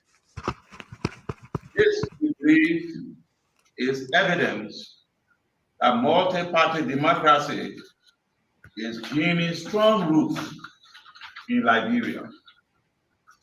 Respect for our constitution and our elections law was observed by all parties participating in the first round of the election. We join the international community of election observers to thank the Liberian people for their outstanding participation in the first round of these elections, held under a very peaceful atmosphere. This proves that the Liberian people are convinced and resolved that the only way to determine the leadership of the country is through the democratic process. The government of Liberia remains grateful to its people. Immediately subsequent to the first round of the elections, there was a steady stream of baseless, unfounded, and alarming stories circulated on social media suggesting imminent bloodshed and disturbances, inflamed by rumors that there were plans afoot to rig the awaited results. In addition to this tidal wave of misinformation and disinformation, the Joint Security received reports of some die-hard party loyalists and extreme thugs who have planned to proceed to various tally centers under the guise of protecting their votes. These accounts also indicated that attacks on high-level individuals, public infrastructure, and business houses were highly likely. The Joint Security investigated several such controversial assertions, reports, and rumors, and found them to be utterly untrue, leading to the inference that these fake stories and declaration of election results by individuals and groups ahead of the National Elections Commission were designed and geared at creating fear and confusion in the general population and fostering hate and violence. The actions of these individuals and groups go against the concerted efforts of most Liberians to build a better society, a better country, undermine our hard-earned peace and security, and pose a direct challenge to our democracy and our national unity. Given this, the Joint Security condemns in the strongest possible terms all attempts at creating turmoil, anxiety, and violence within the nation. The Joint Security fervently cautions against all acts that have the propensity to fan violence and set into motion actions that threaten Liberia's peace, including the airing of political prejudices that could lead to violent reactions. As Liberians proceed to the polls on Tuesday, November 14, we as a government remain steadfast in the maintenance of law and order during these crucial and challenging times in our history. We urge people using the social media to issue threats to desist with immediate effect while exercising rule-based citizen journalism. These biases are undermining the peaceful democratic process of our country. The joint security will be closely monitoring the social media for individuals making threats. Finally, we urge political parties and individuals to adhere to the following. One, refrain from announcing results ahead of the National Elections Commission. The National Elections Commission is the only entity constitutionally and statutorily authorized to declare and announce election results.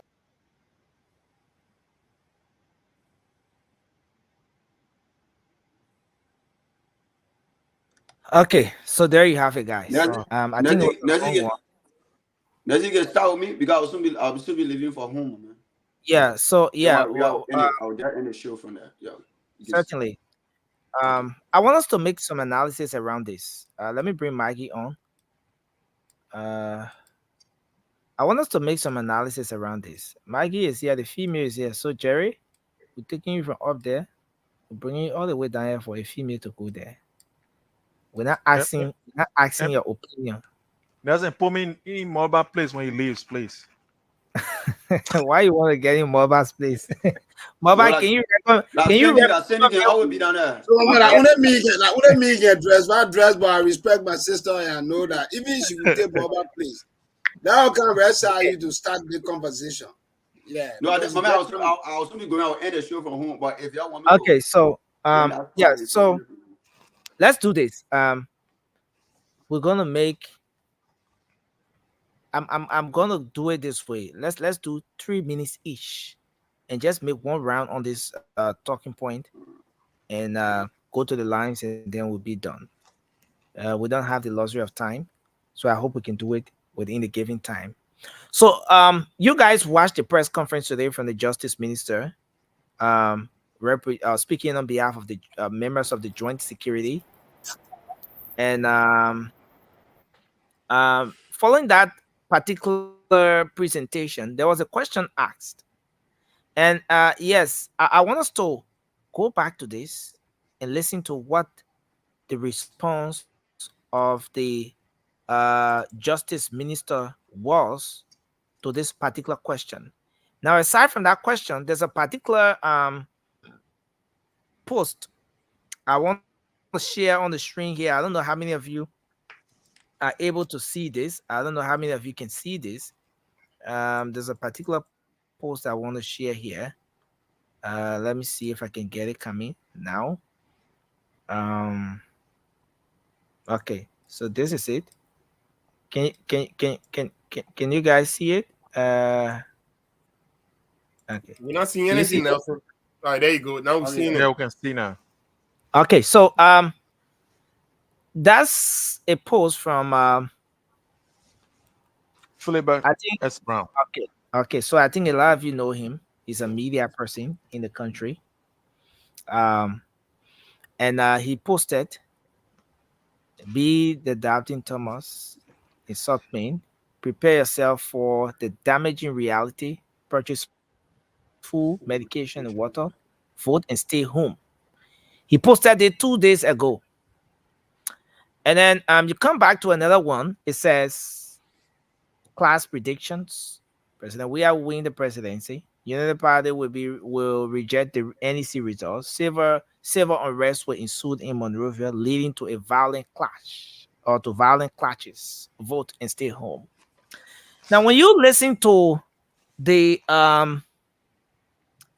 Justice Minister at the press conference sending a caveat to people to refrain from making statements that will instill fear and further undermine the peace of the country, further mine the stability of the country in such a crucial time.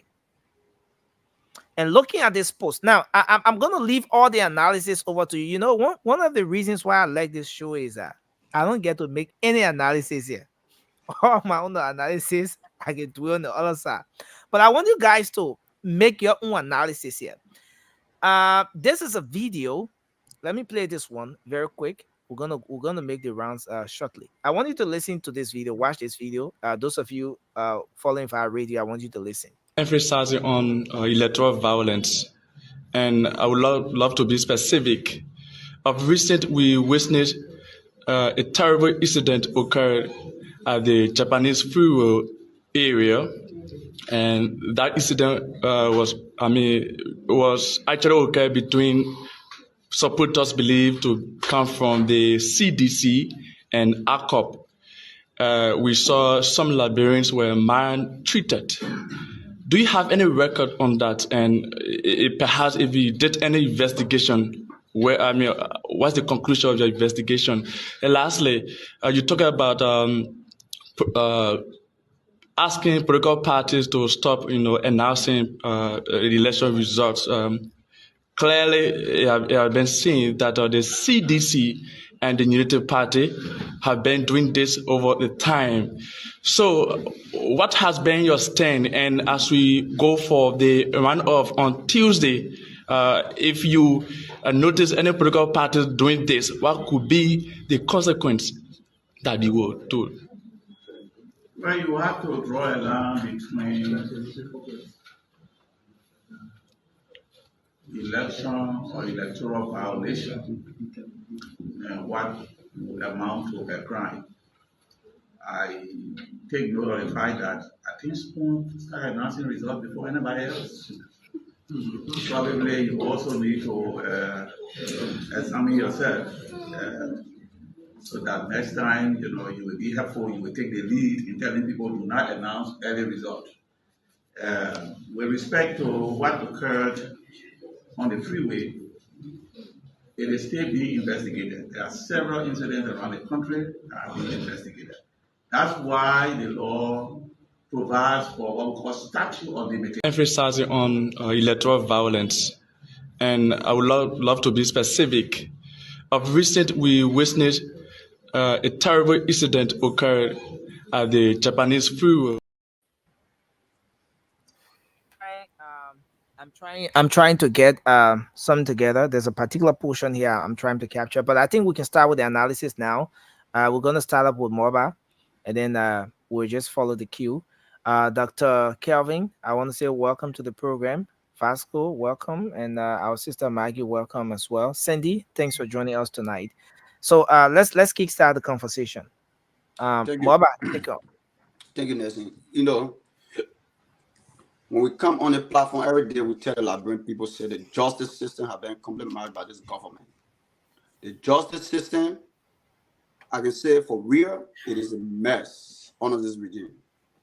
I challenge Francis Moussa Dane. I challenge him to come out and tell me or the Liberian, in the whole world, all the elections have been taking place. There is no preliminary result have been given before the real result. I challenge him before he come out with that type of statement. But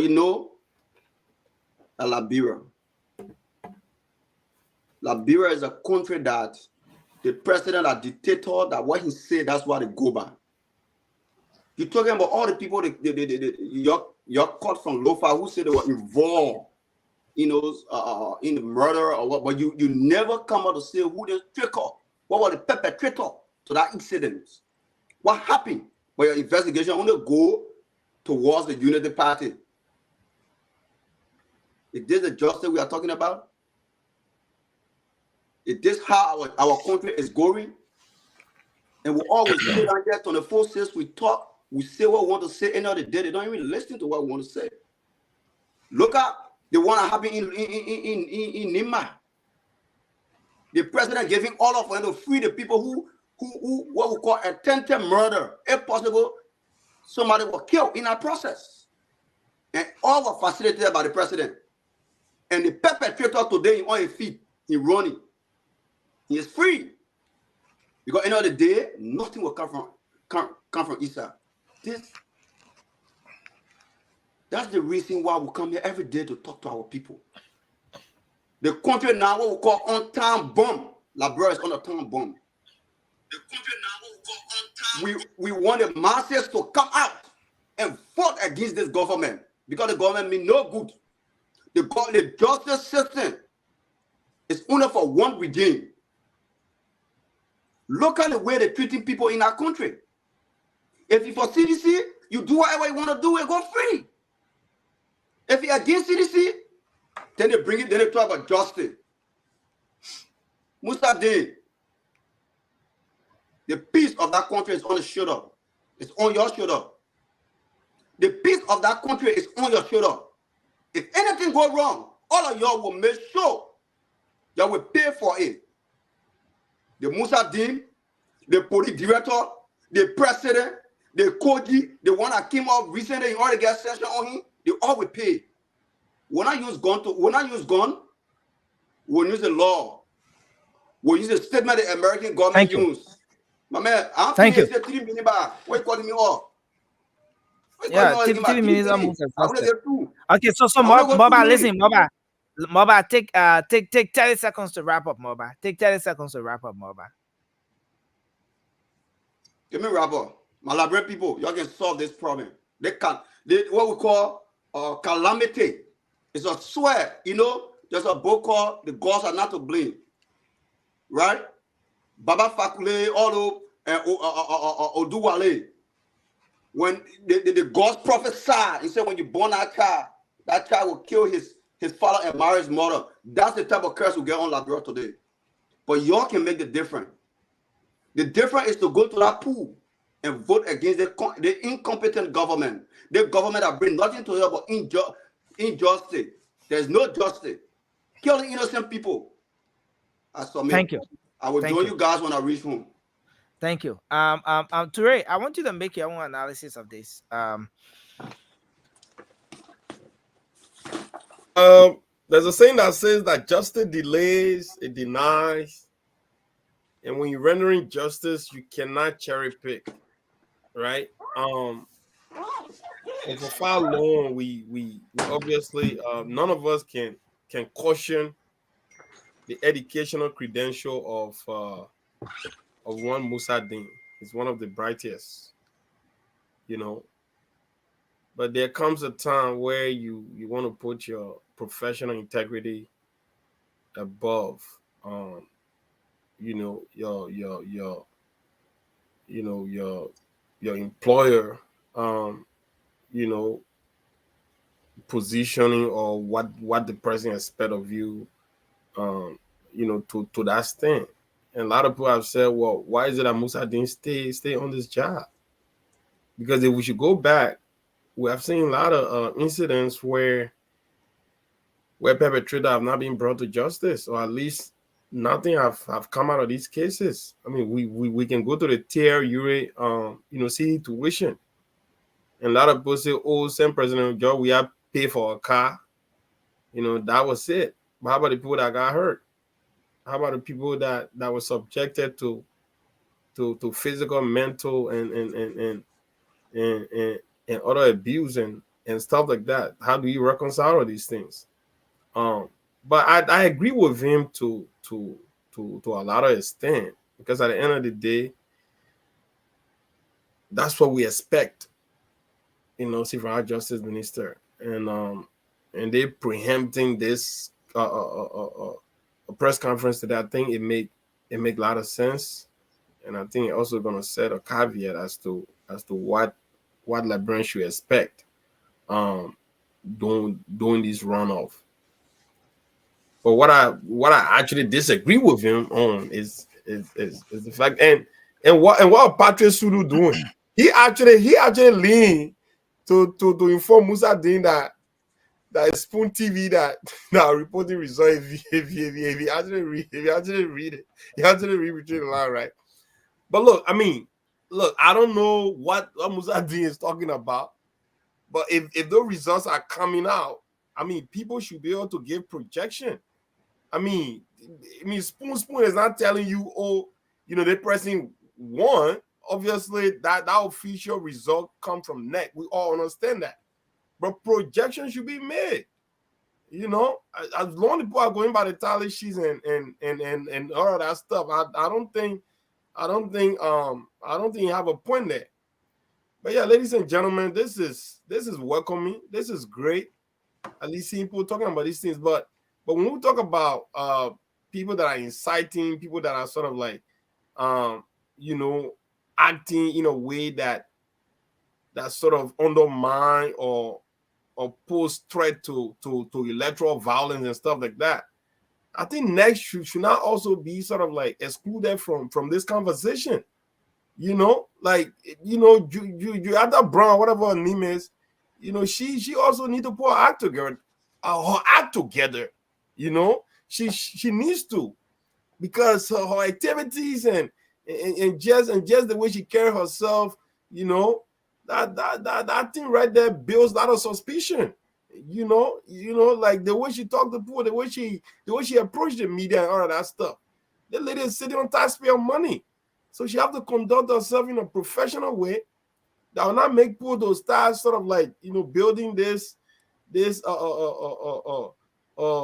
you know, suspicion of her trying to do something otherwise. By the end of the day, I think this is good. I appreciate the Justice Minister and all of the security apparatus, you know, coming out to send this message. I think it's good. I love it. I love it. To be quite honest, Thank you. I think it's a good thing. Thank you. Thanks a lot, Dr. Kelvin. We'll like you to, you know, adjust the camera so that people can see your face, not the thing and all of that. But yeah. So we're coming over to you, Josh. This particular conference today is one that is very important to the entire process. We want to hear from you, Josh. What's your own analysis of this?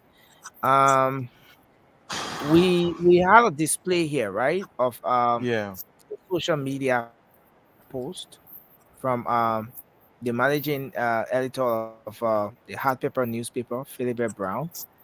And with respect to this post, there was a particular question from one of the media persons. Now, let me just get this a buzz of this coming in with respect to this, and I want you to listen as well to the response from the Justice Minister and make your own, craft your own response from there, make your own analysis around that.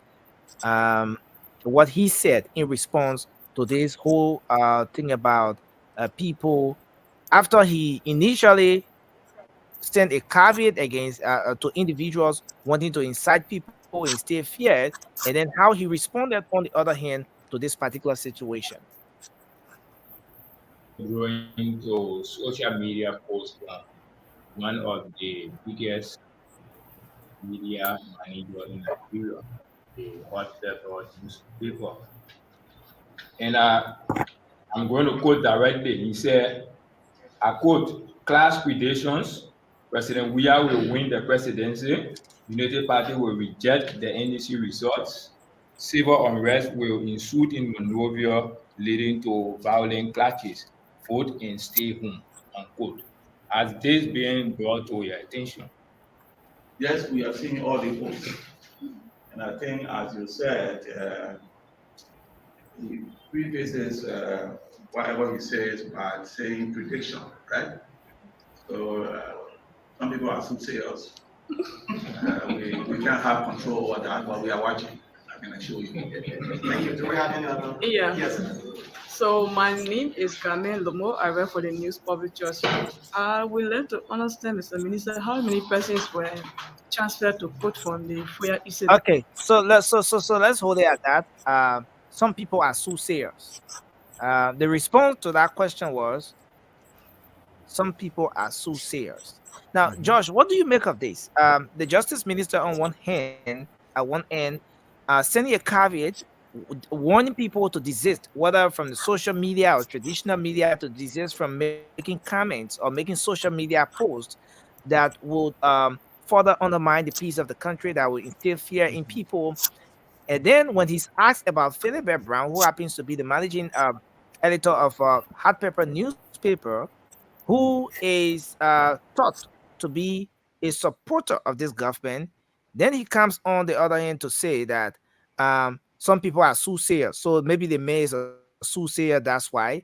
And he further went on to say that the media should rather condemn it and so forth. What do you make of that? And also you could weigh in your thoughts on the whole idea of people not announcing results, and it should only be coming from the National Elections Commission.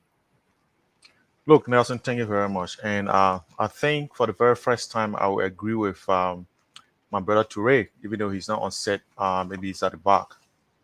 But I agree with him partially today that our justice system is sometimes seen to be very ineffective to a certain extent. I know few months ago, Monopaka Demoy, he said, "Don't give me rice, give me AK-47." You know, he was speaking, and people were really outraged. Monopaka is still in Monrovia. There was another time, one Ibrahim Anomasi, he usually comes on his set. He called for the death of the president of the Republic of Liberia on Facebook. He still comes on Facebook, comes here on this platform to continue to still speak here publicly against the government. Nothing has been done. And if I can recall, in the United States of America, one fellow was just killed recently by the FBI because he threatened the life of the president of the United States. This guy, one went fellow? to arrest him. Yeah, one fellow in America. I just forget his name, but if you search the article, you'll find it. He was killed because he threatened the life of the president of the United States. And when he was being arrested, I think he resisted arrest and he was shot. He was killed. And to me, that's why people in America are very sensitive to obeying the laws. In Liberia, somebody can threaten your life, and if you are lucky, you'll get away. If you're not lucky, you get killed. And when you get killed, the same politicians, they'll start putting out statements and talking a lot of, I don't know how to describe it.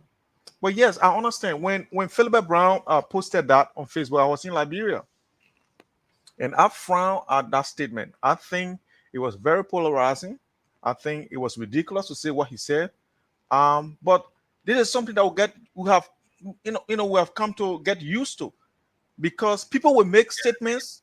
I can remember Mo Ali made another statement, and he was called for questioning, and the whole country was outraged because they called this guy, because they said he was opposition.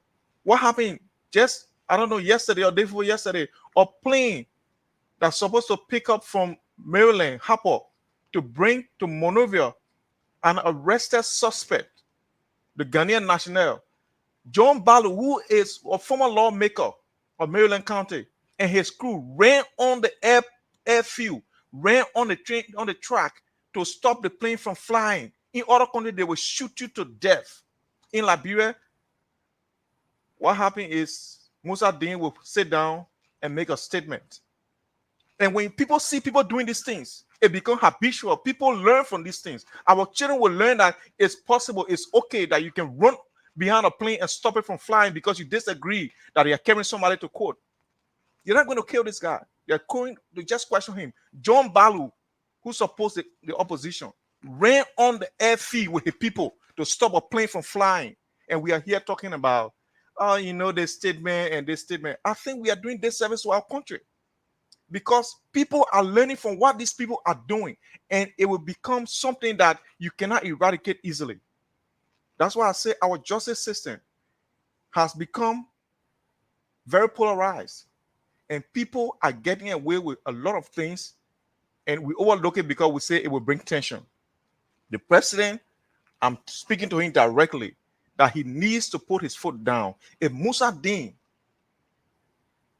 cannot arrest these matters adequately, I think something should be done, because I disagree that our people will continue to live in fear. Because if you are with the CDC, if you do something now, action is taken quickly. Just to refresh your memory, just quite recently, a lady was accused by the opposition that she was helping to register people.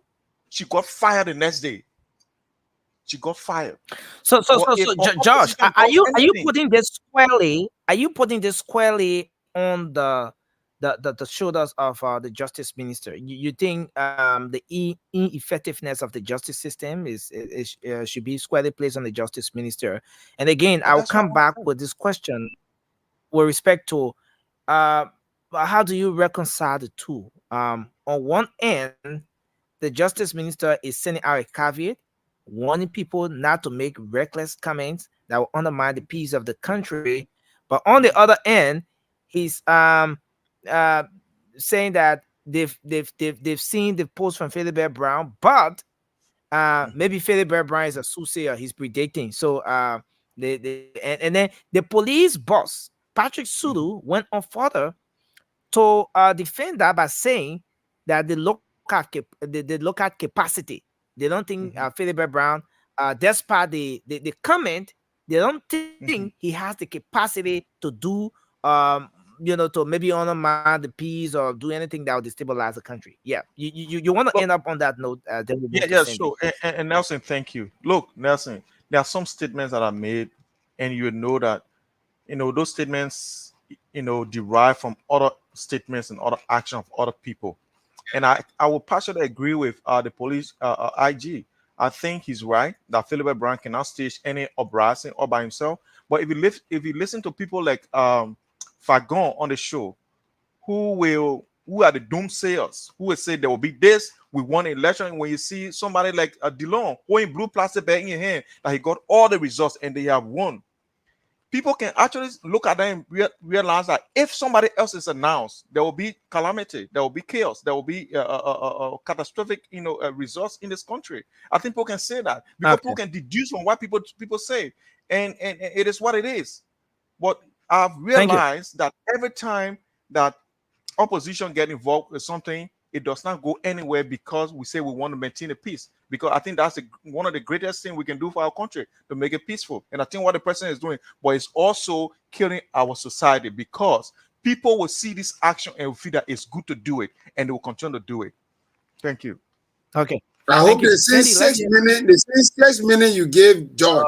Come on, Jerry. No, you gave George 6 minutes. You gave George 6 minutes. Jerry, stop self-regulating, Jerry. Let's hear from you, Sandy. What's your analysis of this situation?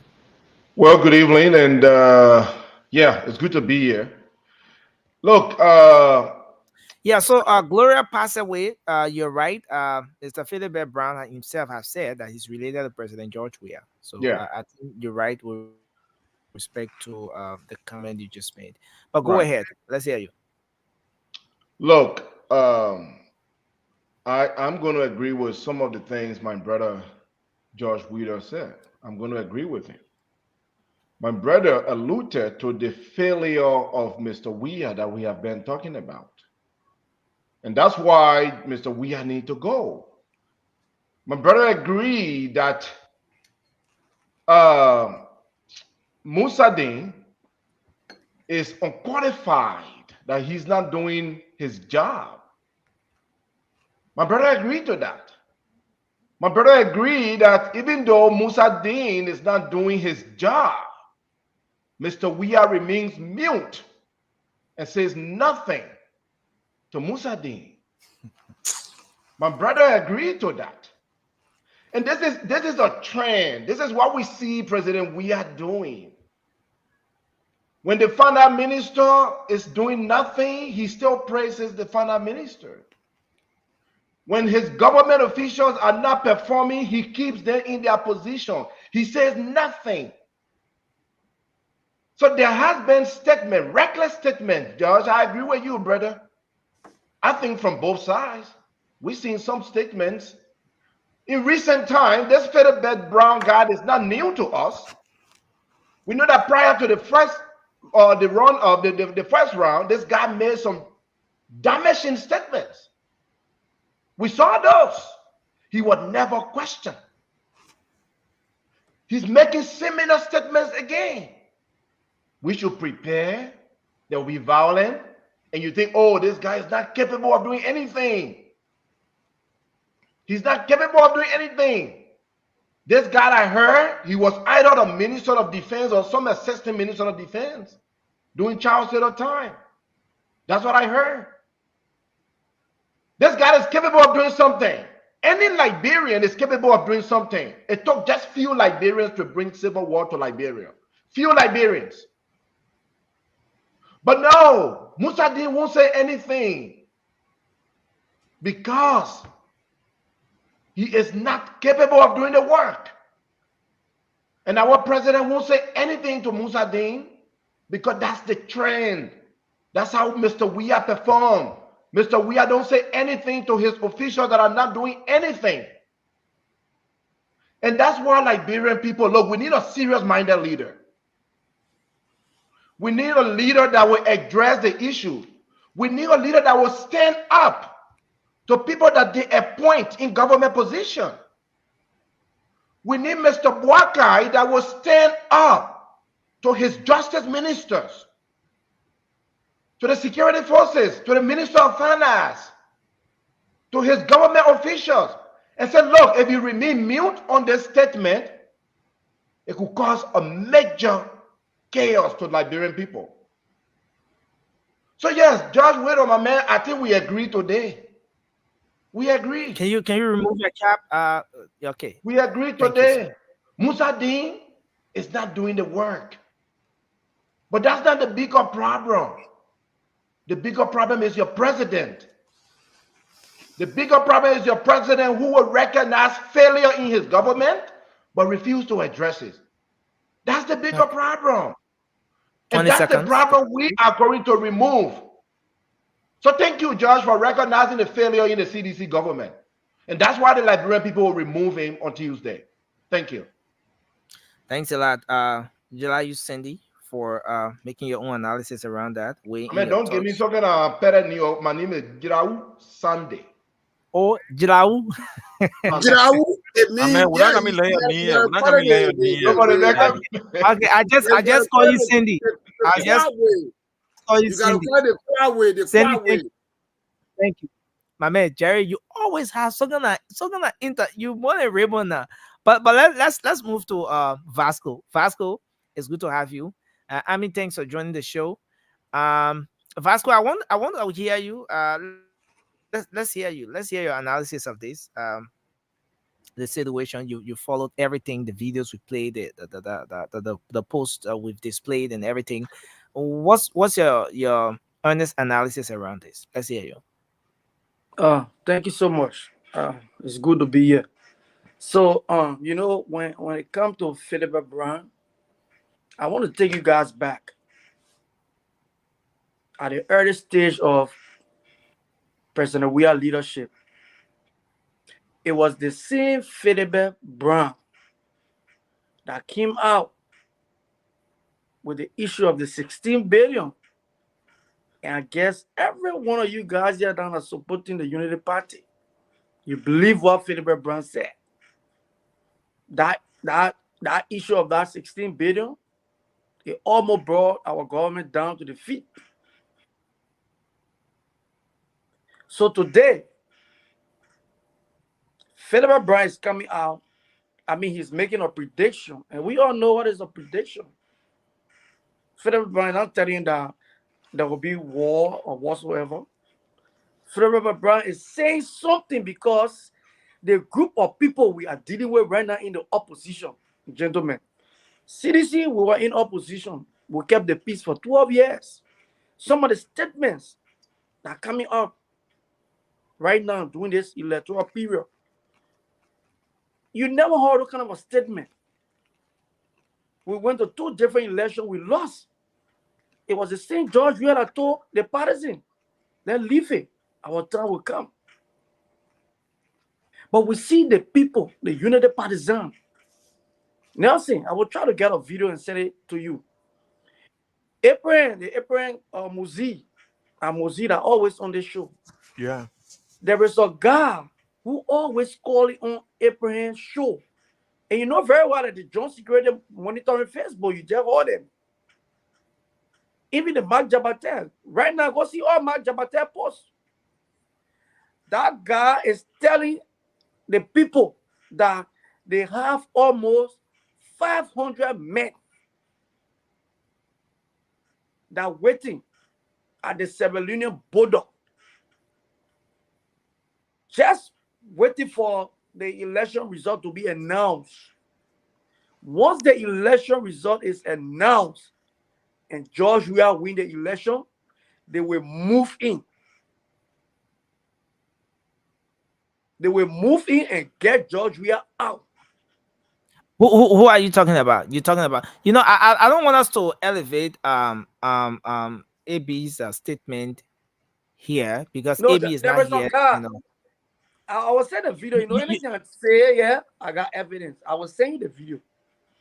So some of these things, you don't know. Maybe some of those statements are coming out from the people that what made Philibert Brown is predicting that these people, they need this election by all means.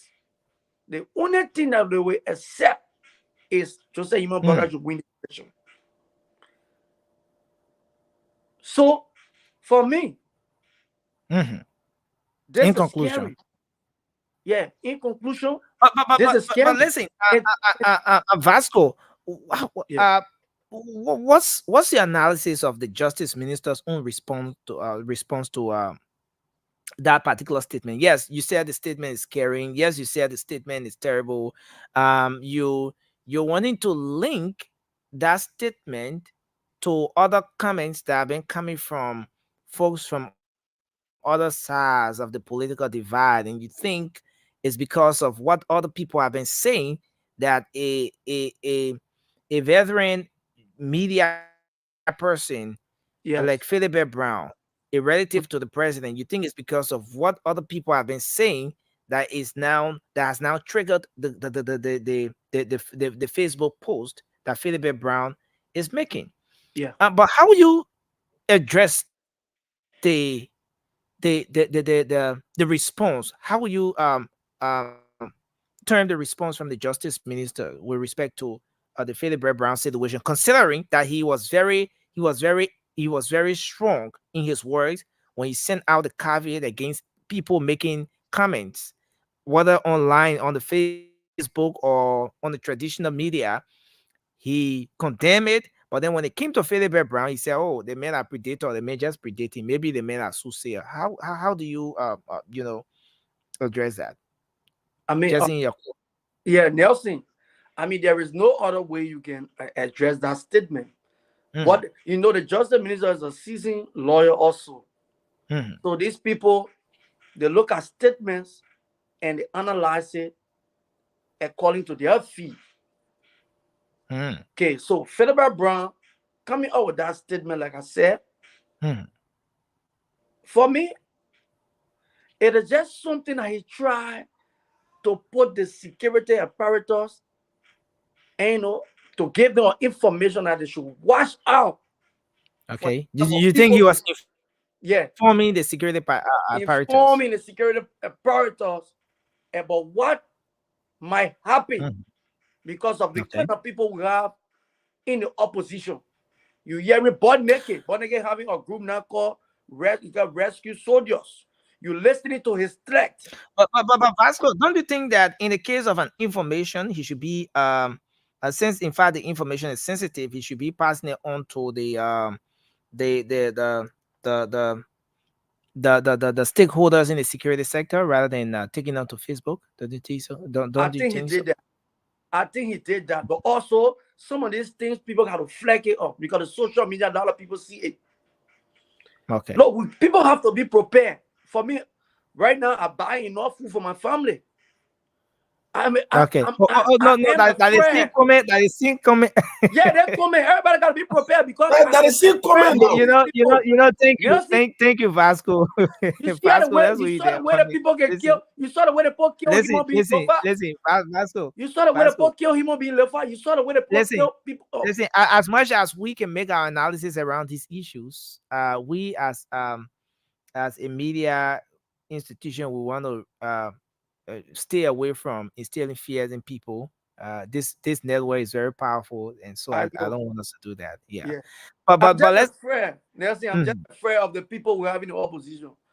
I'm afraid of the Unity Party more than any. You can even see the panelists then, yeah. in the chat room with it ready for me and George. It can be easy. Let chat room discussion remain chat room. But Jerry, let's hear from you, Jerry. Like, that's how everybody looking. How they looking? What's the analysis of this situation, Jerry? Let's hear from you. Well, let me start with the election issues before I come to some of the drama that being speak up by George and Vasco and others. Our democratic process is a process where each party have representation at the party headquarters. I remember on October 10, Sir Joseph started celebrating in the absence of NEC result. And because he had representation everywhere. And Desi Sibo started celebrating in District 16. Abu Kamara started celebrating in District 15. I could go on naming people. And then maybe Blebo Brown will help you. Rostalin Swakoko Dennis of District 4 months rather conceded on the very night the election was held after pulling us together. So it's not that people are announcing results, except the Minister of Justice wants to say to us that there is separate result somewhere that we should wait for NEC to announce. No. That is the reason why we open the democratic process for people to have representation. So, for instance, if I contest in District 2, let me go to River G. District 2 representative elect was on CDC ticket. He started celebrating before NEC announcing. The 3 districts in River G, for the record, were won by seditions. They started celebration before, NEC will announce them that, finally the results that were brought in. So when you see people celebrating and announcing results, they are not announcing results in a vacuum. These are results that are emanating from the polling precincts and polling centers. So I mean, sometimes it beats my imagination. I can want to quote from Henry Costa, who one time said, once you affiliate to the CDC and sometimes maybe he describes you as a stupidician. I mean, even though sometimes I disagree with him, I mean, some kind of stuff, that's why when Yeke Koluba said, I agree. No, listen.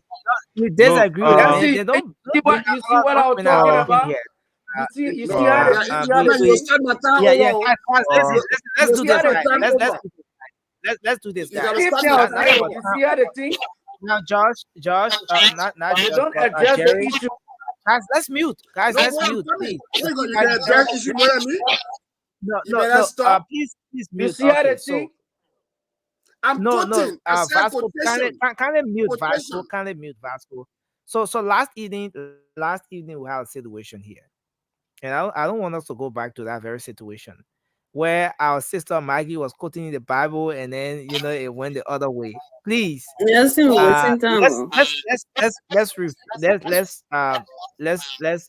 engage this conversation with respect for every single person on set here. Exactly. Don't come here and insult us. We are just Liberian like you. So don't come here and insult us. No, because that's what he's doing. And again, people saying, I agree with him. If you agree with him and you want to insult us, then we'll insult you as well. No. Listen, guys. Let's do it. Then we insult each other. Josh, please mute. Josh, kindly mute your microphone, Josh. Jerry, I agree with you. This should be, can you mute? This should be a safer conversation. We are Liberians. No, I'm coming. We are Liberians first before we belong to those different political parties. So let's engage the conversation with respect for every single person on here. And let him apologize. Let him apologize and retract his refer statement. to others. Guys, let's do this thing the right way. Refer to others as you want others to refer to you. Let's treat every single person on here with respect. So apologies to our audience. And I think I want us to take on from here. So Jerry, you have 1 minute to conclude. And I think I just want 30 seconds to interfere with me. Except if you don't want me to continue the show, then I'll just take my exit. No. I just use 30 minutes, 30 seconds. No, bro, listen. Don't mind. I just use 30 seconds and then you cut me off and everybody started. I agree. They started catching feelings. No, this is not the you. I agree kind of thing here. Okay, Jerry, go ahead. Jerry, go ahead. You have Yes. your 1 minute to Except that certain thinking can come over people. We are in this country where we notice so many things. So the issue of announcing election results, everyone knows that it is the election commission can say, oh yes, on behalf of the board of commissioners, I hereby declare Jerry Yimpa a governor of Pelican. They're the ones supposed to do it. But I will know my result before the time. So except they have something else somewhere that they have to announce, which is not the case. I wish the Minister of Justice had included in a press statement also that the U.S. Embassy sharply reacted to Jefferson Koji for spreading false news. And I think it's been sanctioned, even though it has not been officially announced. And you know that because of this kind of spreading of false news, all of us read the U.S. Statement. And you know, so it means that the only person so far in the country, political party official, that has been punished and sharply reacted to, as far as these elections are concerned, from October 10 up to now, as we go toward November 14, is Jefferson Koji for lying on somebody, faking video. That one, and I mean say it. I didn't say it from Pelican. It was a U.S. your Korean phone of the Korean phone speaking. Yeah. Sorry, I'm silencing. Yes. So, what we are saying in essence, who really causing trouble in these elections? So, if the Minister of Justice is sincere, by now, he should be inviting people like Jefferson Koji. He should be inviting people like Thomas Kwongbade who were involved with pictorial evidence shooting people in bar. As you, as a journalist, is aware, there should be somebody, Philip Brown, instead of telling him that, oh, he's a soothsayer. So you see, on these press conferences, you saw the chief of staff or the defense ministry put their faces were tired because the justice minister is the head of joint security. You are speaking, but the man was not happy. If you go back to that video, you see the man face tired. Trust me, follow that video again. Go. So, thank you. In a nutshell, I want to say to you that as we go to these elections, no opposition leader has ever issued a threat contrary to Vasco and George. We've been very civil because the leader we follow, Joseph Boakai, he's a peaceful if man. You say no Yeah, go ahead. Ask a question. Okay, no, just conclude. We need to move on, Jerry. Conclude. I'm saying no opposition leader have ever gotten involved in any form of violence. It's only the CDC who, from the start of this campaign, who decided to intimidate people by toting a living human being, pretending that the person died. That was ignited a moral democratic process. So we need thank to you very much, Jerry. Jerry, did not come with sincerity. Thank you. He did not come with sincerity. He needs to go further. Thank you. He needs to go further. Let's hold you there. Dr. Kelvin. I mean, Nancy, you should ask Jerry the question, man. You should ask Jerry the question. No, that question would have created room for another long haul. So, Dr. Kelvin, go ahead. Let's hear you. After Dr. Kelvin, we take Mikey, and then Ami will take us home on this one. Let's hear your analysis of what is happening here today. Yeah. Thank you very much for the opportunity. I would like to recognize what Mr. Philip Brown have said. What you just put up on the screen. It is something that from my perspective, is that it is something organized, something that I've been playing. One of the tactics within the CDC, because you can see from what he said and what has been unfolding. Just look at what happened in Nima County. You're looking at a lawmaker, a senator, 2 senators from Nima County, another person what they call Kwongbade and his group, calling them up and shooting at them. You can see the picture that was shown. And These are things that we as Liberians, we shouldn't be afraid of, because we want to liberate our country. So we should be in encouragement to go and vote. If you look at the Justice Minister giving the kind of a statement, giving the kind of a press conference at this particular time, you know that this is part of the plan. This is the time for him to come up and say what he's supposed to say, to prepare the way. But we are not deterred by that. He makes specific statement recognizing Spoon. I want you guys to understand. He said a Spoon would like to come up and give a result. It is not something that is new that Spoon going to do. This is thing that CNN and other CNBC, they can project results around the world. When election is held, even in America, they can say projection result coming from these states and other things like that. So if Spoon want to do that when our election is held, it's something plus to help the neck. I mean, it's not something that they're going against. It's not that Spoon want to come out and give a result. So you want us to be silent. And if you got a result that you want to pronounce because you have a plan. So when you see something spitting out of the mouth of the Justice Minister, who is somebody that's supposed to be impartial in this kind of processes, and he is there coming out with this kind of a thing, it's just part of the plan. Well, I want to let you know, Liberian people, that this man has been hired by the president. He's serving at the way and pleasure of the president of the Republic of Liberia. This man is trying to set the stone, the path for what is going, what of the plan, but it has already failed because it has already been revealed. We know already as Liberians, so we know we are going. I would just encourage all to go and vote. When you vote, you should know that your vote will be protected, and there will be no thing that because we're not violent people. We are people of peace. The United Party are not people that are going to encourage violence. So when you see the Justice Minister coming out to pronounce this kind of a thing, why he never condemned Mr. Philip Brown before?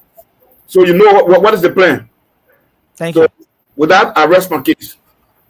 Thank you, Dr. Kevin. We're going to take Mikey. Josh, you want to make a quick point? So just a quick one to Dr. Jason here. Dr. Jensen, I think Mr. Sumo said something before you. He said I think it was 2018 when Philip Brown announced that $16 billion was missing. Was that also a plan by the government to say that the money was missing? Okay, very good. Let me answer this guy. You see, at a particular individual, this is what we talk about identity politics. You can see it with he had changed. So he had brought his own. This is his technique he bring. But what he was saying at a particular time, at the time, maybe he was right, maybe he was wrong. But I want you to analyze it for yourself. But what he's saying now, he is trying to stir havoc among the populace in Liberia. Thank you. Okay, so we're gonna move to Maggie. Maggie, let's hear you. Go ahead.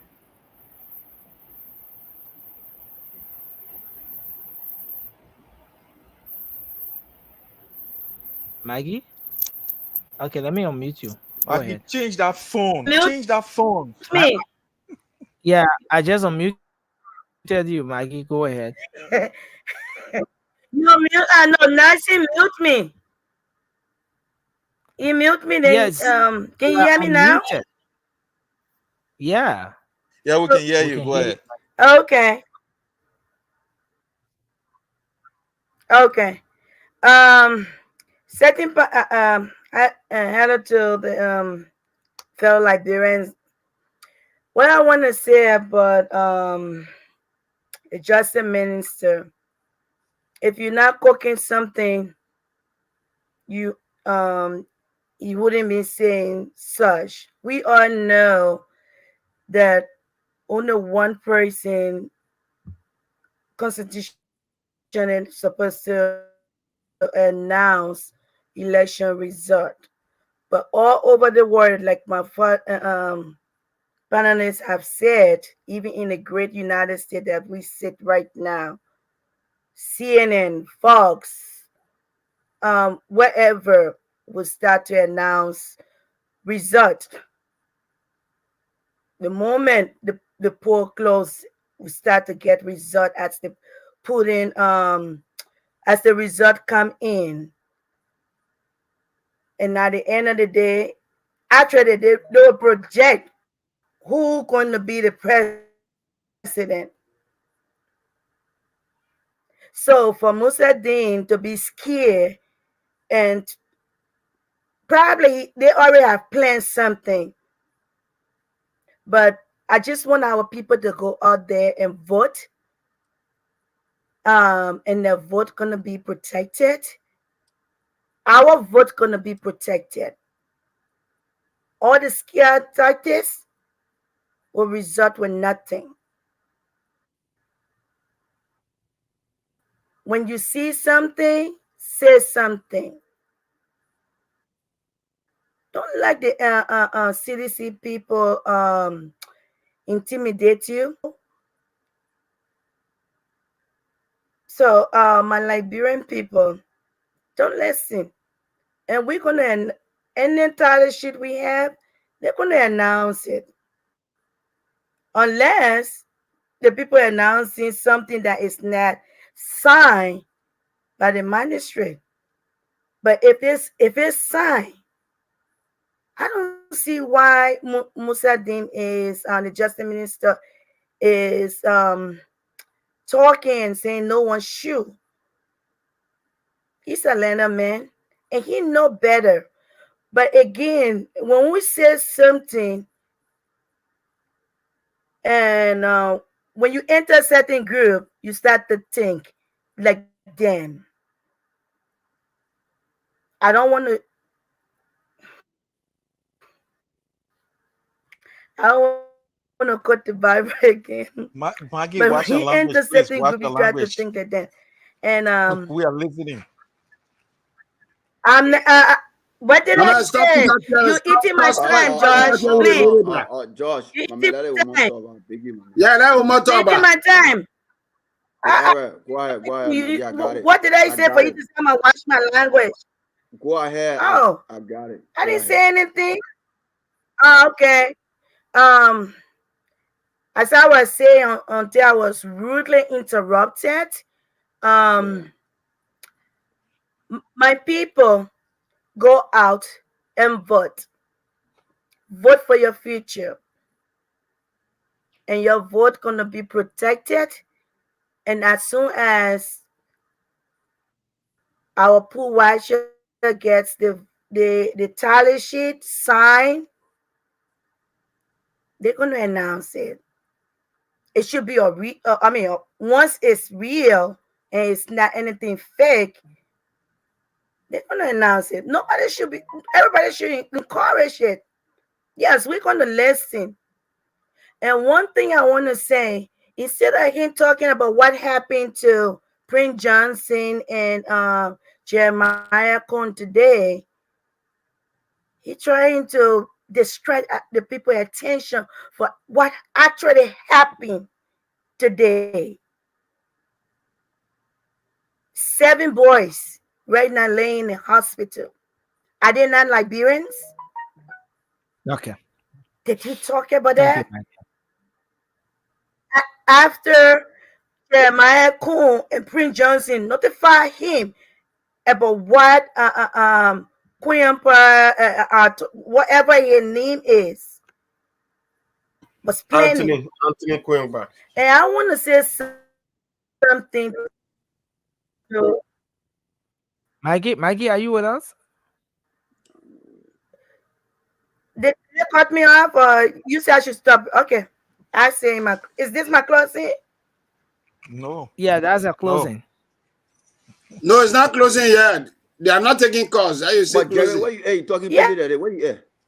Yeah, Jerry. We're not Okay, no, talking. guys, let's do this. Let's do this. We have to move on. All right. So Maggie, you have 20 seconds to conclude. Just conclude. Yeah, you not hearing me? I think you're never giving permit on that, Maggie. We're hearing you. It's just Yeah, that you're coming in breaking broken. in, Maggie. You break, yeah. Quiet. Can I be my closing? Oh wow. Go ahead. Now you're closing. Go ahead. Yeah. My brother, they're joking. No, that's not my Closing, don't do that, Nancy. Stop Now playing you're with me. closing. They made a For my car, I want to get him go. Maggie, you And come back in. Nelson, All right, go ahead, come on. Nelson in Miami. Nelson, where is Okay. Nelson? Yeah, Nelson. in Let Miami, me just make a quick point. Yeah, Nelson, can I please make a quick point? So it's my turn, right, Nelson? Let me just say something quickly. Let's have Judge please. make a quick point. Yeah, Yeah. few seconds. Look, few seconds. and this is just Okay, then my 5 minutes starts. Okay. This is an injection. So the thing is that there's no law in Liberia that says nobody should announce results by themselves, or once they get a tally sheets. And everywhere around the world, people do that. They get projection on the CNN. We know who won before they even announce it. We understand that. But guess what? There are differences in situations. In Liberia, it's different. So this is not a law to say you disobey the law, you're going to jail. No, but it's something to use so that we can keep our peace, because our people, like Dillon went and saying how all the sheets they have won. They could have created problems. So the way CDC said they were winning first round. CDC announced, I can't do it. Everybody said they won election. Thank you, sir. So that Thank you. Why Musa didn't talk about it? I mean, can you? He was talking to everyone. He was talking to everyone. He's not talking to you alone. So I don't know why you're drawing it to yourself. He's talking to everyone. No, he's talking to everyone. No. He's talking to everyone. No, it's not everyone. He's talking to everyone. He said nobody should announce it. You making that know that you're talking to opposition. No, I did Okay. not. I did not. So, guys, General guys, I gotta talk. So, my Liberian people who are in Liberia, nobody, please, mute. For using general guys, eh? Leo. So, like I was saying, people in Liberia, I have to make some disclaimer before you believe what you heard. There's nowhere in the United States where someone will just threaten the president and they shoot you and kill you. That's a lie from the pit of hell. And nowhere in the United States that anybody run on the wrong way of an airport and they just shoot you down. That is another lie from the pit of hell. You will get arrested if you did it for no reason or whatever going on. You will get arrested, but nobody will shoot you and kill you. It doesn't happen here. Who said that one? And what happened with Biden? A guy went to the warehouse with a gun in a van, saying he was going to go kill Biden. He never threatened Biden and they just shoot him down. That was a lie. So let's get back on track.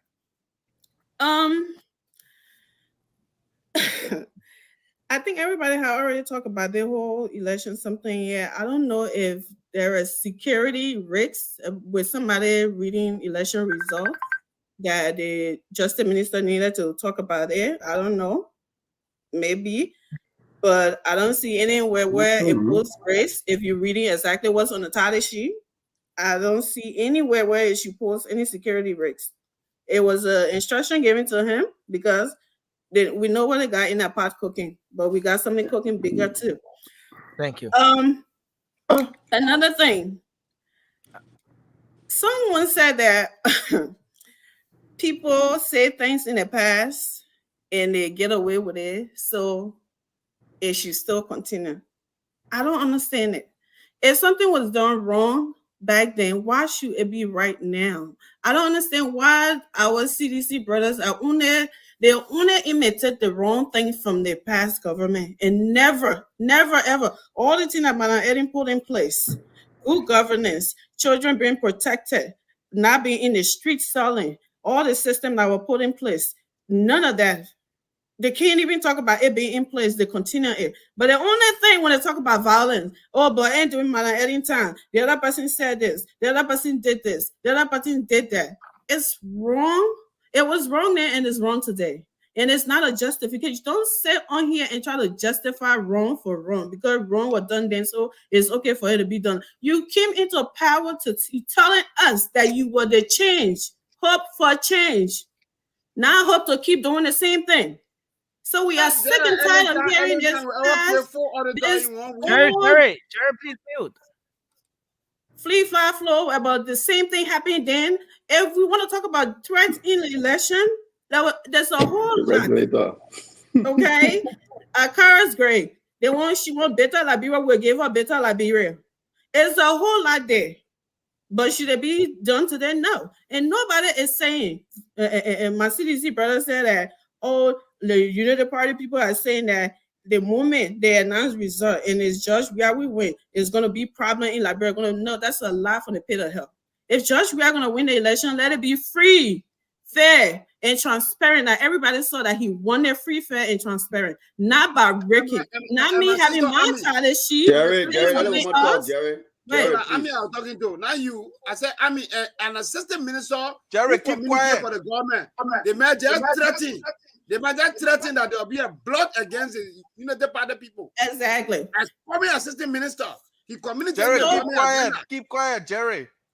So it's not anything that somebody say y'all keep going lying to people in Liberia and all anybody who wants to listen to y'all who has the same mentality like y'all or mama. No, go ahead. Sorry. So say, they say that when Judge Weah win the election, it will be a problem. When Judge Weah win the election, it will be, that's a lie. We said when the election is rigged. That's what everyone is saying.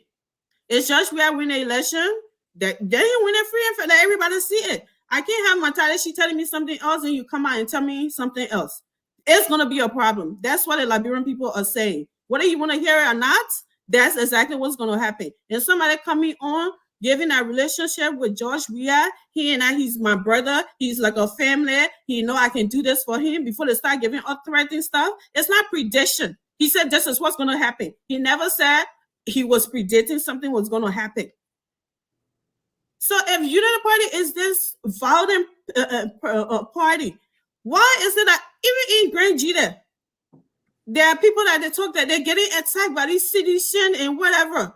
Nobody say anything about it. But when these people retaliate, then they'll come here and be lying, say, oh, United Party going around killing people. United Party going around killing people. Y'all need to stop. Thank you. Y'all need to stop. Thank you. And then Musa D, they're like that. Everybody I already said, they're all compromised. You don't come here and can't sit here. You can't talk about somebody tell you about what somebody said he's a soothsayer. Well, guess what? Somebody reading our election result, they are soothsayer as well. So don't complain about it. Like people, let's get up. November 14th, go to the polls. Don't let anybody scare you. That is scared tired for them to stuff the ballot like they did the first time around. But this time around, we got you, we got them. Don't go to the poll and go vote. Do not be afraid. Nobody can do you anything. Freedom is not free. They give it to you hard, give it to them hard as well. Thank you. Number one, November 14th. They don't tell law motion will be applied in these elections. Anybody try it. They need to tell well, folks, I want to say thanks to everyone. I want to say thanks to everyone. For George almost got beaten in Liberia. You just say, hey, yeah. That wasn't a closing. Not closing today. They almost beat George. No closing today. They almost beat George in Liberia. You know, give me 10 seconds, man. Give me 10 seconds. You know, okay, let's do this. No lie again, lie. All right, guys, let's do this. Guys, let's do this. Okay, let's do this. Let me give 30 seconds each. Hello. Yeah, Jerry. Let's do 30 seconds each just for your closing. We'll not be taking calls because we're out of time. Seriously. Okay. We have to go. So I'm setting the timer to tell you that. I'm setting the timer. No, let me set the timer first, Ture. I want to be fair with this. I'll be the first. So you're not like Jerry already saw my hand all day, and I'm Ture, go. Ture, go ahead. Let's hear you. Look, go ahead. Hello, general guys. Let me say this. I did not actually. I was not aware of that incident. That happened here between the guy who used a threat against President Joe Biden here. But I just read the story. Yes, indeed. But you have to understand that that's why you want to take every bit of threat seriously. You don't dismiss it. So that guy made that threat in Utah. He made that threat in Utah. The FBI went there to just try to interrogate him, and then what? They got guns. So so you have to understand. They didn't just shoot him down. CDC, we don't lie. We give facts. We give facts. So thank you. President is a liar in chief. The president is lying. Okay, so Jerry, keep quiet, man. Jerry, you're interrupting. No, listen, Jerry, you're interrupting. Let Jerry rest. Let Jerry rest small behind. And he talking on the man seriously blasting at me. Jerry, you let's take Vasco. Vasco, you want to do your closing? Okay, I know you want to go, Jerry. Right after Vasco, you go. Vasco, you are muted. Hey, don't tolerate me. Finish talking like Bobo, then we will take it done. Thank you for the show. Gentlemen, I think we are on the radio. I don't know how you guys understand when people on the radio, got a lot of people listening to us in Liberia. So the Jerry just disturbing the entire. I was sitting here, I feel disturbed. My man, I tell me go you. And when we come on the show, this is where you guys, come to sell your candidate. But your candidate, you're just on job. We are. I don't know if once you leave your candidate and continue to talk about another person, you're promoting the person, and you're forgetting to know Georgia. The more you say bad thing about Georgia, the more they bring get angry. That's why you saw the first round result, and this one's gonna be a catastrophe. There is no way in the world they will tell you today that Joseph Boakai can win Georgia on no condition, on no circumstances. Thank you. So you just get prepared. Let's do it there. So we can come back here. Thank you. Minutes exhausted. We'll console Let's them. do this We'll again console them. tomorrow. Dr. Kelvin, let's hear you. Okay. Dr. Thank you very much, fellow panelists and Mr. Colette and those that took the time to listen to us. We want to say this coming 14 Tuesday, please go and vote. Vote Joseph Newman Boakai. We want to say that don't be feared because of all the things that you hear me around you, the fear that people try to instill into you. And to my panelists over there, you have the right choice. You can come on, Vasco. Come. Encourage people to vote Joseph Newman Boakai. Josh, you have so that people can have good life. They will stop asking for money. You can send money in Liberia. So I ask you to please ask them to vote. Thank you. Thank you very much. Thank you, Dr. Kelvin. You did this just in time. We'll take Jerry now. Jerry, go ahead. That's why he's doctor.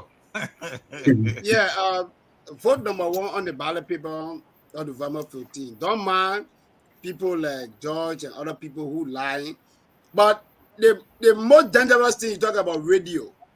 They put on the radio, the worst thing they want to hear is for you to come and sit here and lie and try to massage their suffering and intellectualize their poverty. If you are a father in Moreover giving full money, if you are a mother who always supposed to go to the market and understand you are on the market table, you'll not sit here and be talking these things you are talking. Our people already understood the language. That's why they put Rembien toy. And then they understand. And the issues are, Justice Minister Musa Din should understand that we've been peaceful.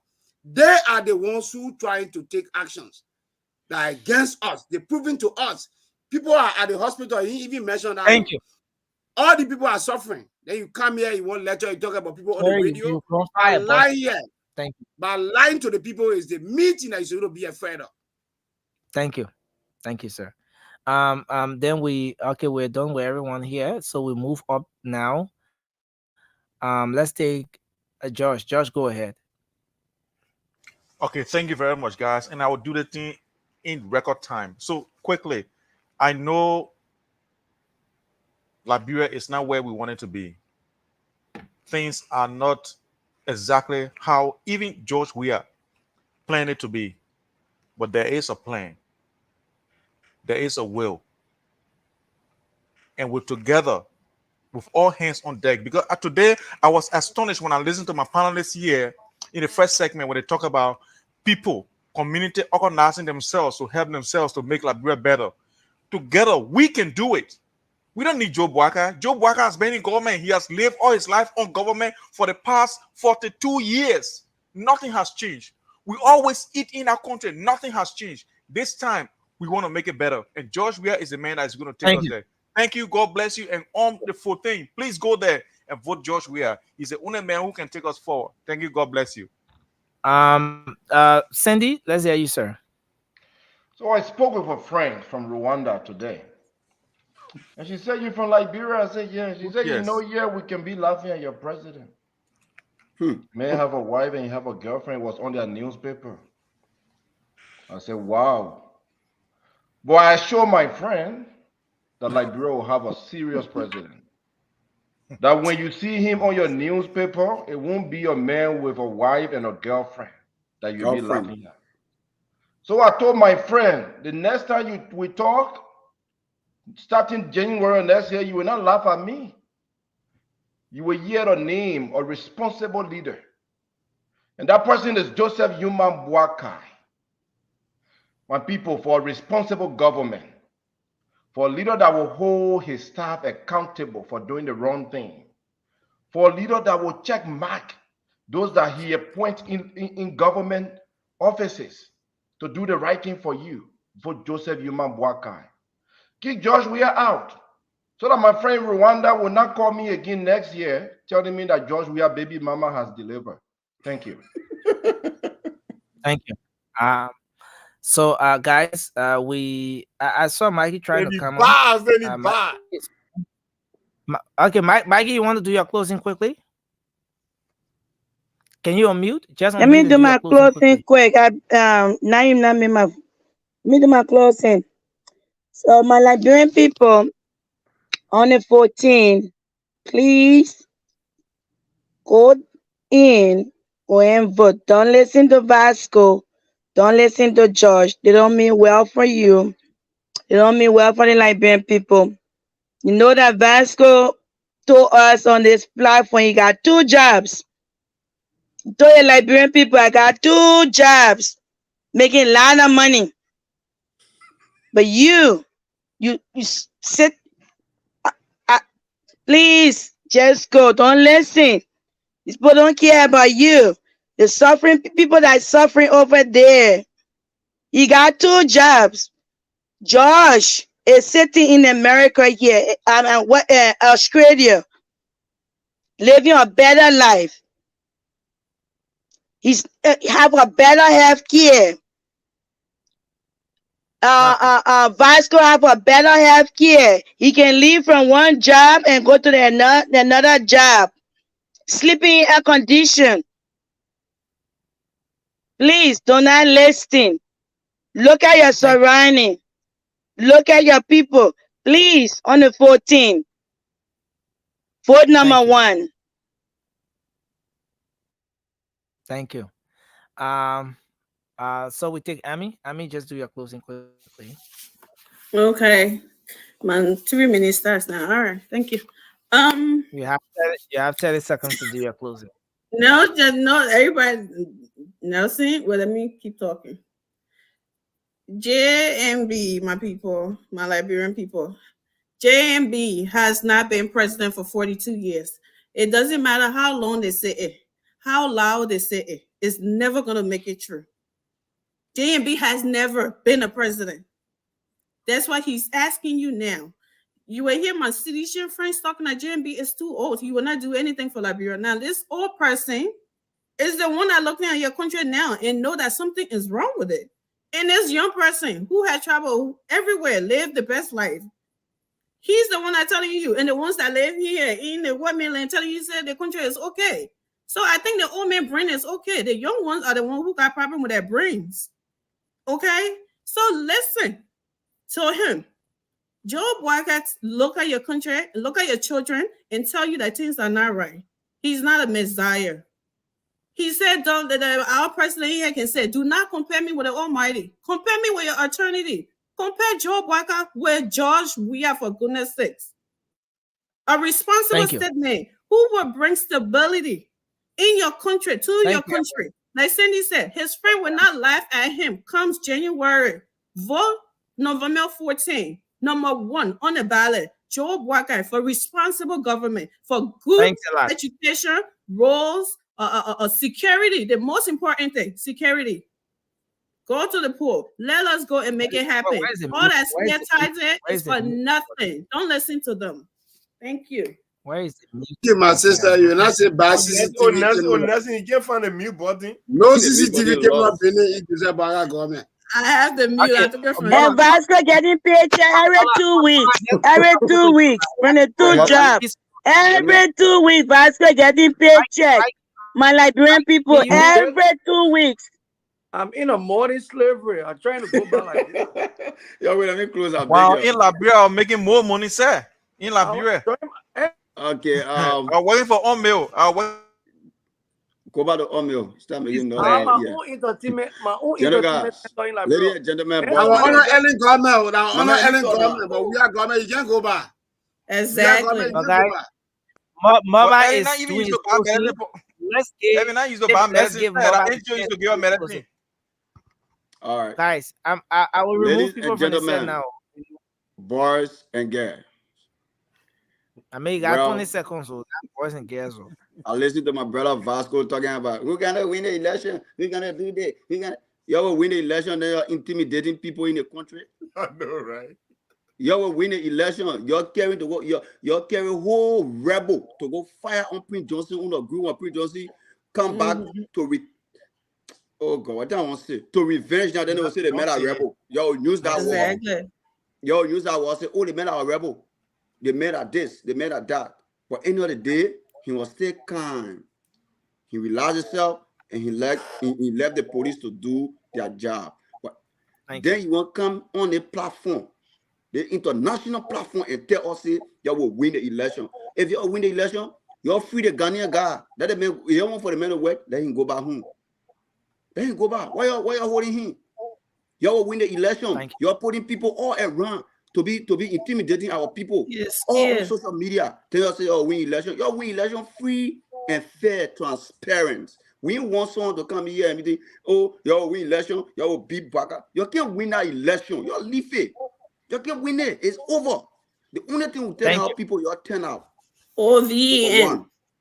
For JMB. OVN is Like OV. inside start, like inside OVN. OV in my I class. want to say thanks. I want to say thanks to It's everyone the tonight. voice. OVN. Our people were in great delay. Thanks to everyone for being here. You're still intimidating And them. class D, and Thanks, class Say D you got win sedition. election. Thanks a lot to Hey, everyone. y'all want to stay on the show? Thanks, guys. I want to say thanks to everyone for being here tonight. Y'all want to stay on Facebook? Mikey, Let's thank stay on you. Facebook. Mikey, thank you. Mikey, Y'all can thank say you. Dylan on Jerry, Facebook, send it Jerry, to I'm me. going Jerry, tomorrow. Jerry, thanks a lot for being here. And But I bring guys, people guys to are interrupting. when you want to come preach to you. Don't listen. What about dress Go real number. small? I can see your So face. I Dress want real to say, small. I want to say thank you to Dr. Kelvin. Dr. I Kelvin, got that thanks for for you. being here tonight. Thanks to you, Vasco. Thank you to Ray. Thank you, Josh. Wow. Thank you, Cindy. Thank you, Amy. And thanks to you, Moba, as well, our co-moderator. I want to say Thank you, it's Nelson. been a great show. We hope to come back here tomorrow. Because George was causing me. No thanks to me. We hope to come. We hope. Move No, I from said here, thank man. you, but when I was saying thank you to you, you were talking, so you didn't get it. Thank you, but I said thanks to you as well. But guys, it's been a great show. Look forward to being here tomorrow again. Until we meet, have a good night and bye bye from my end. Thanks, guys. Thank you, Nelson. Thanks, guys. God Thank bless you, you. bro. Let me go look my late Palava so to We go. also We tomorrow. We also tomorrow. But Sandy, I will deal with you. I will deal with you. also tomorrow. We also tomorrow. Tomorrow. We will deal with you. Everybody get Once the outside. water goes green tomorrow. We lock you down. Everyone turn out. Yeah. Come on. That's you bad. You bad. That last message can come out. Okay, so I want to say thanks to everyone. Thanks for following. Thanks for being part of the program. We'll be here again tomorrow with another edition of the show. Until then, have for yourselves a good night. I'm Nelson Claire. The Late Night Show will return tomorrow. Thanks to all of you for always making up time to be here with us. And bye-bye for now.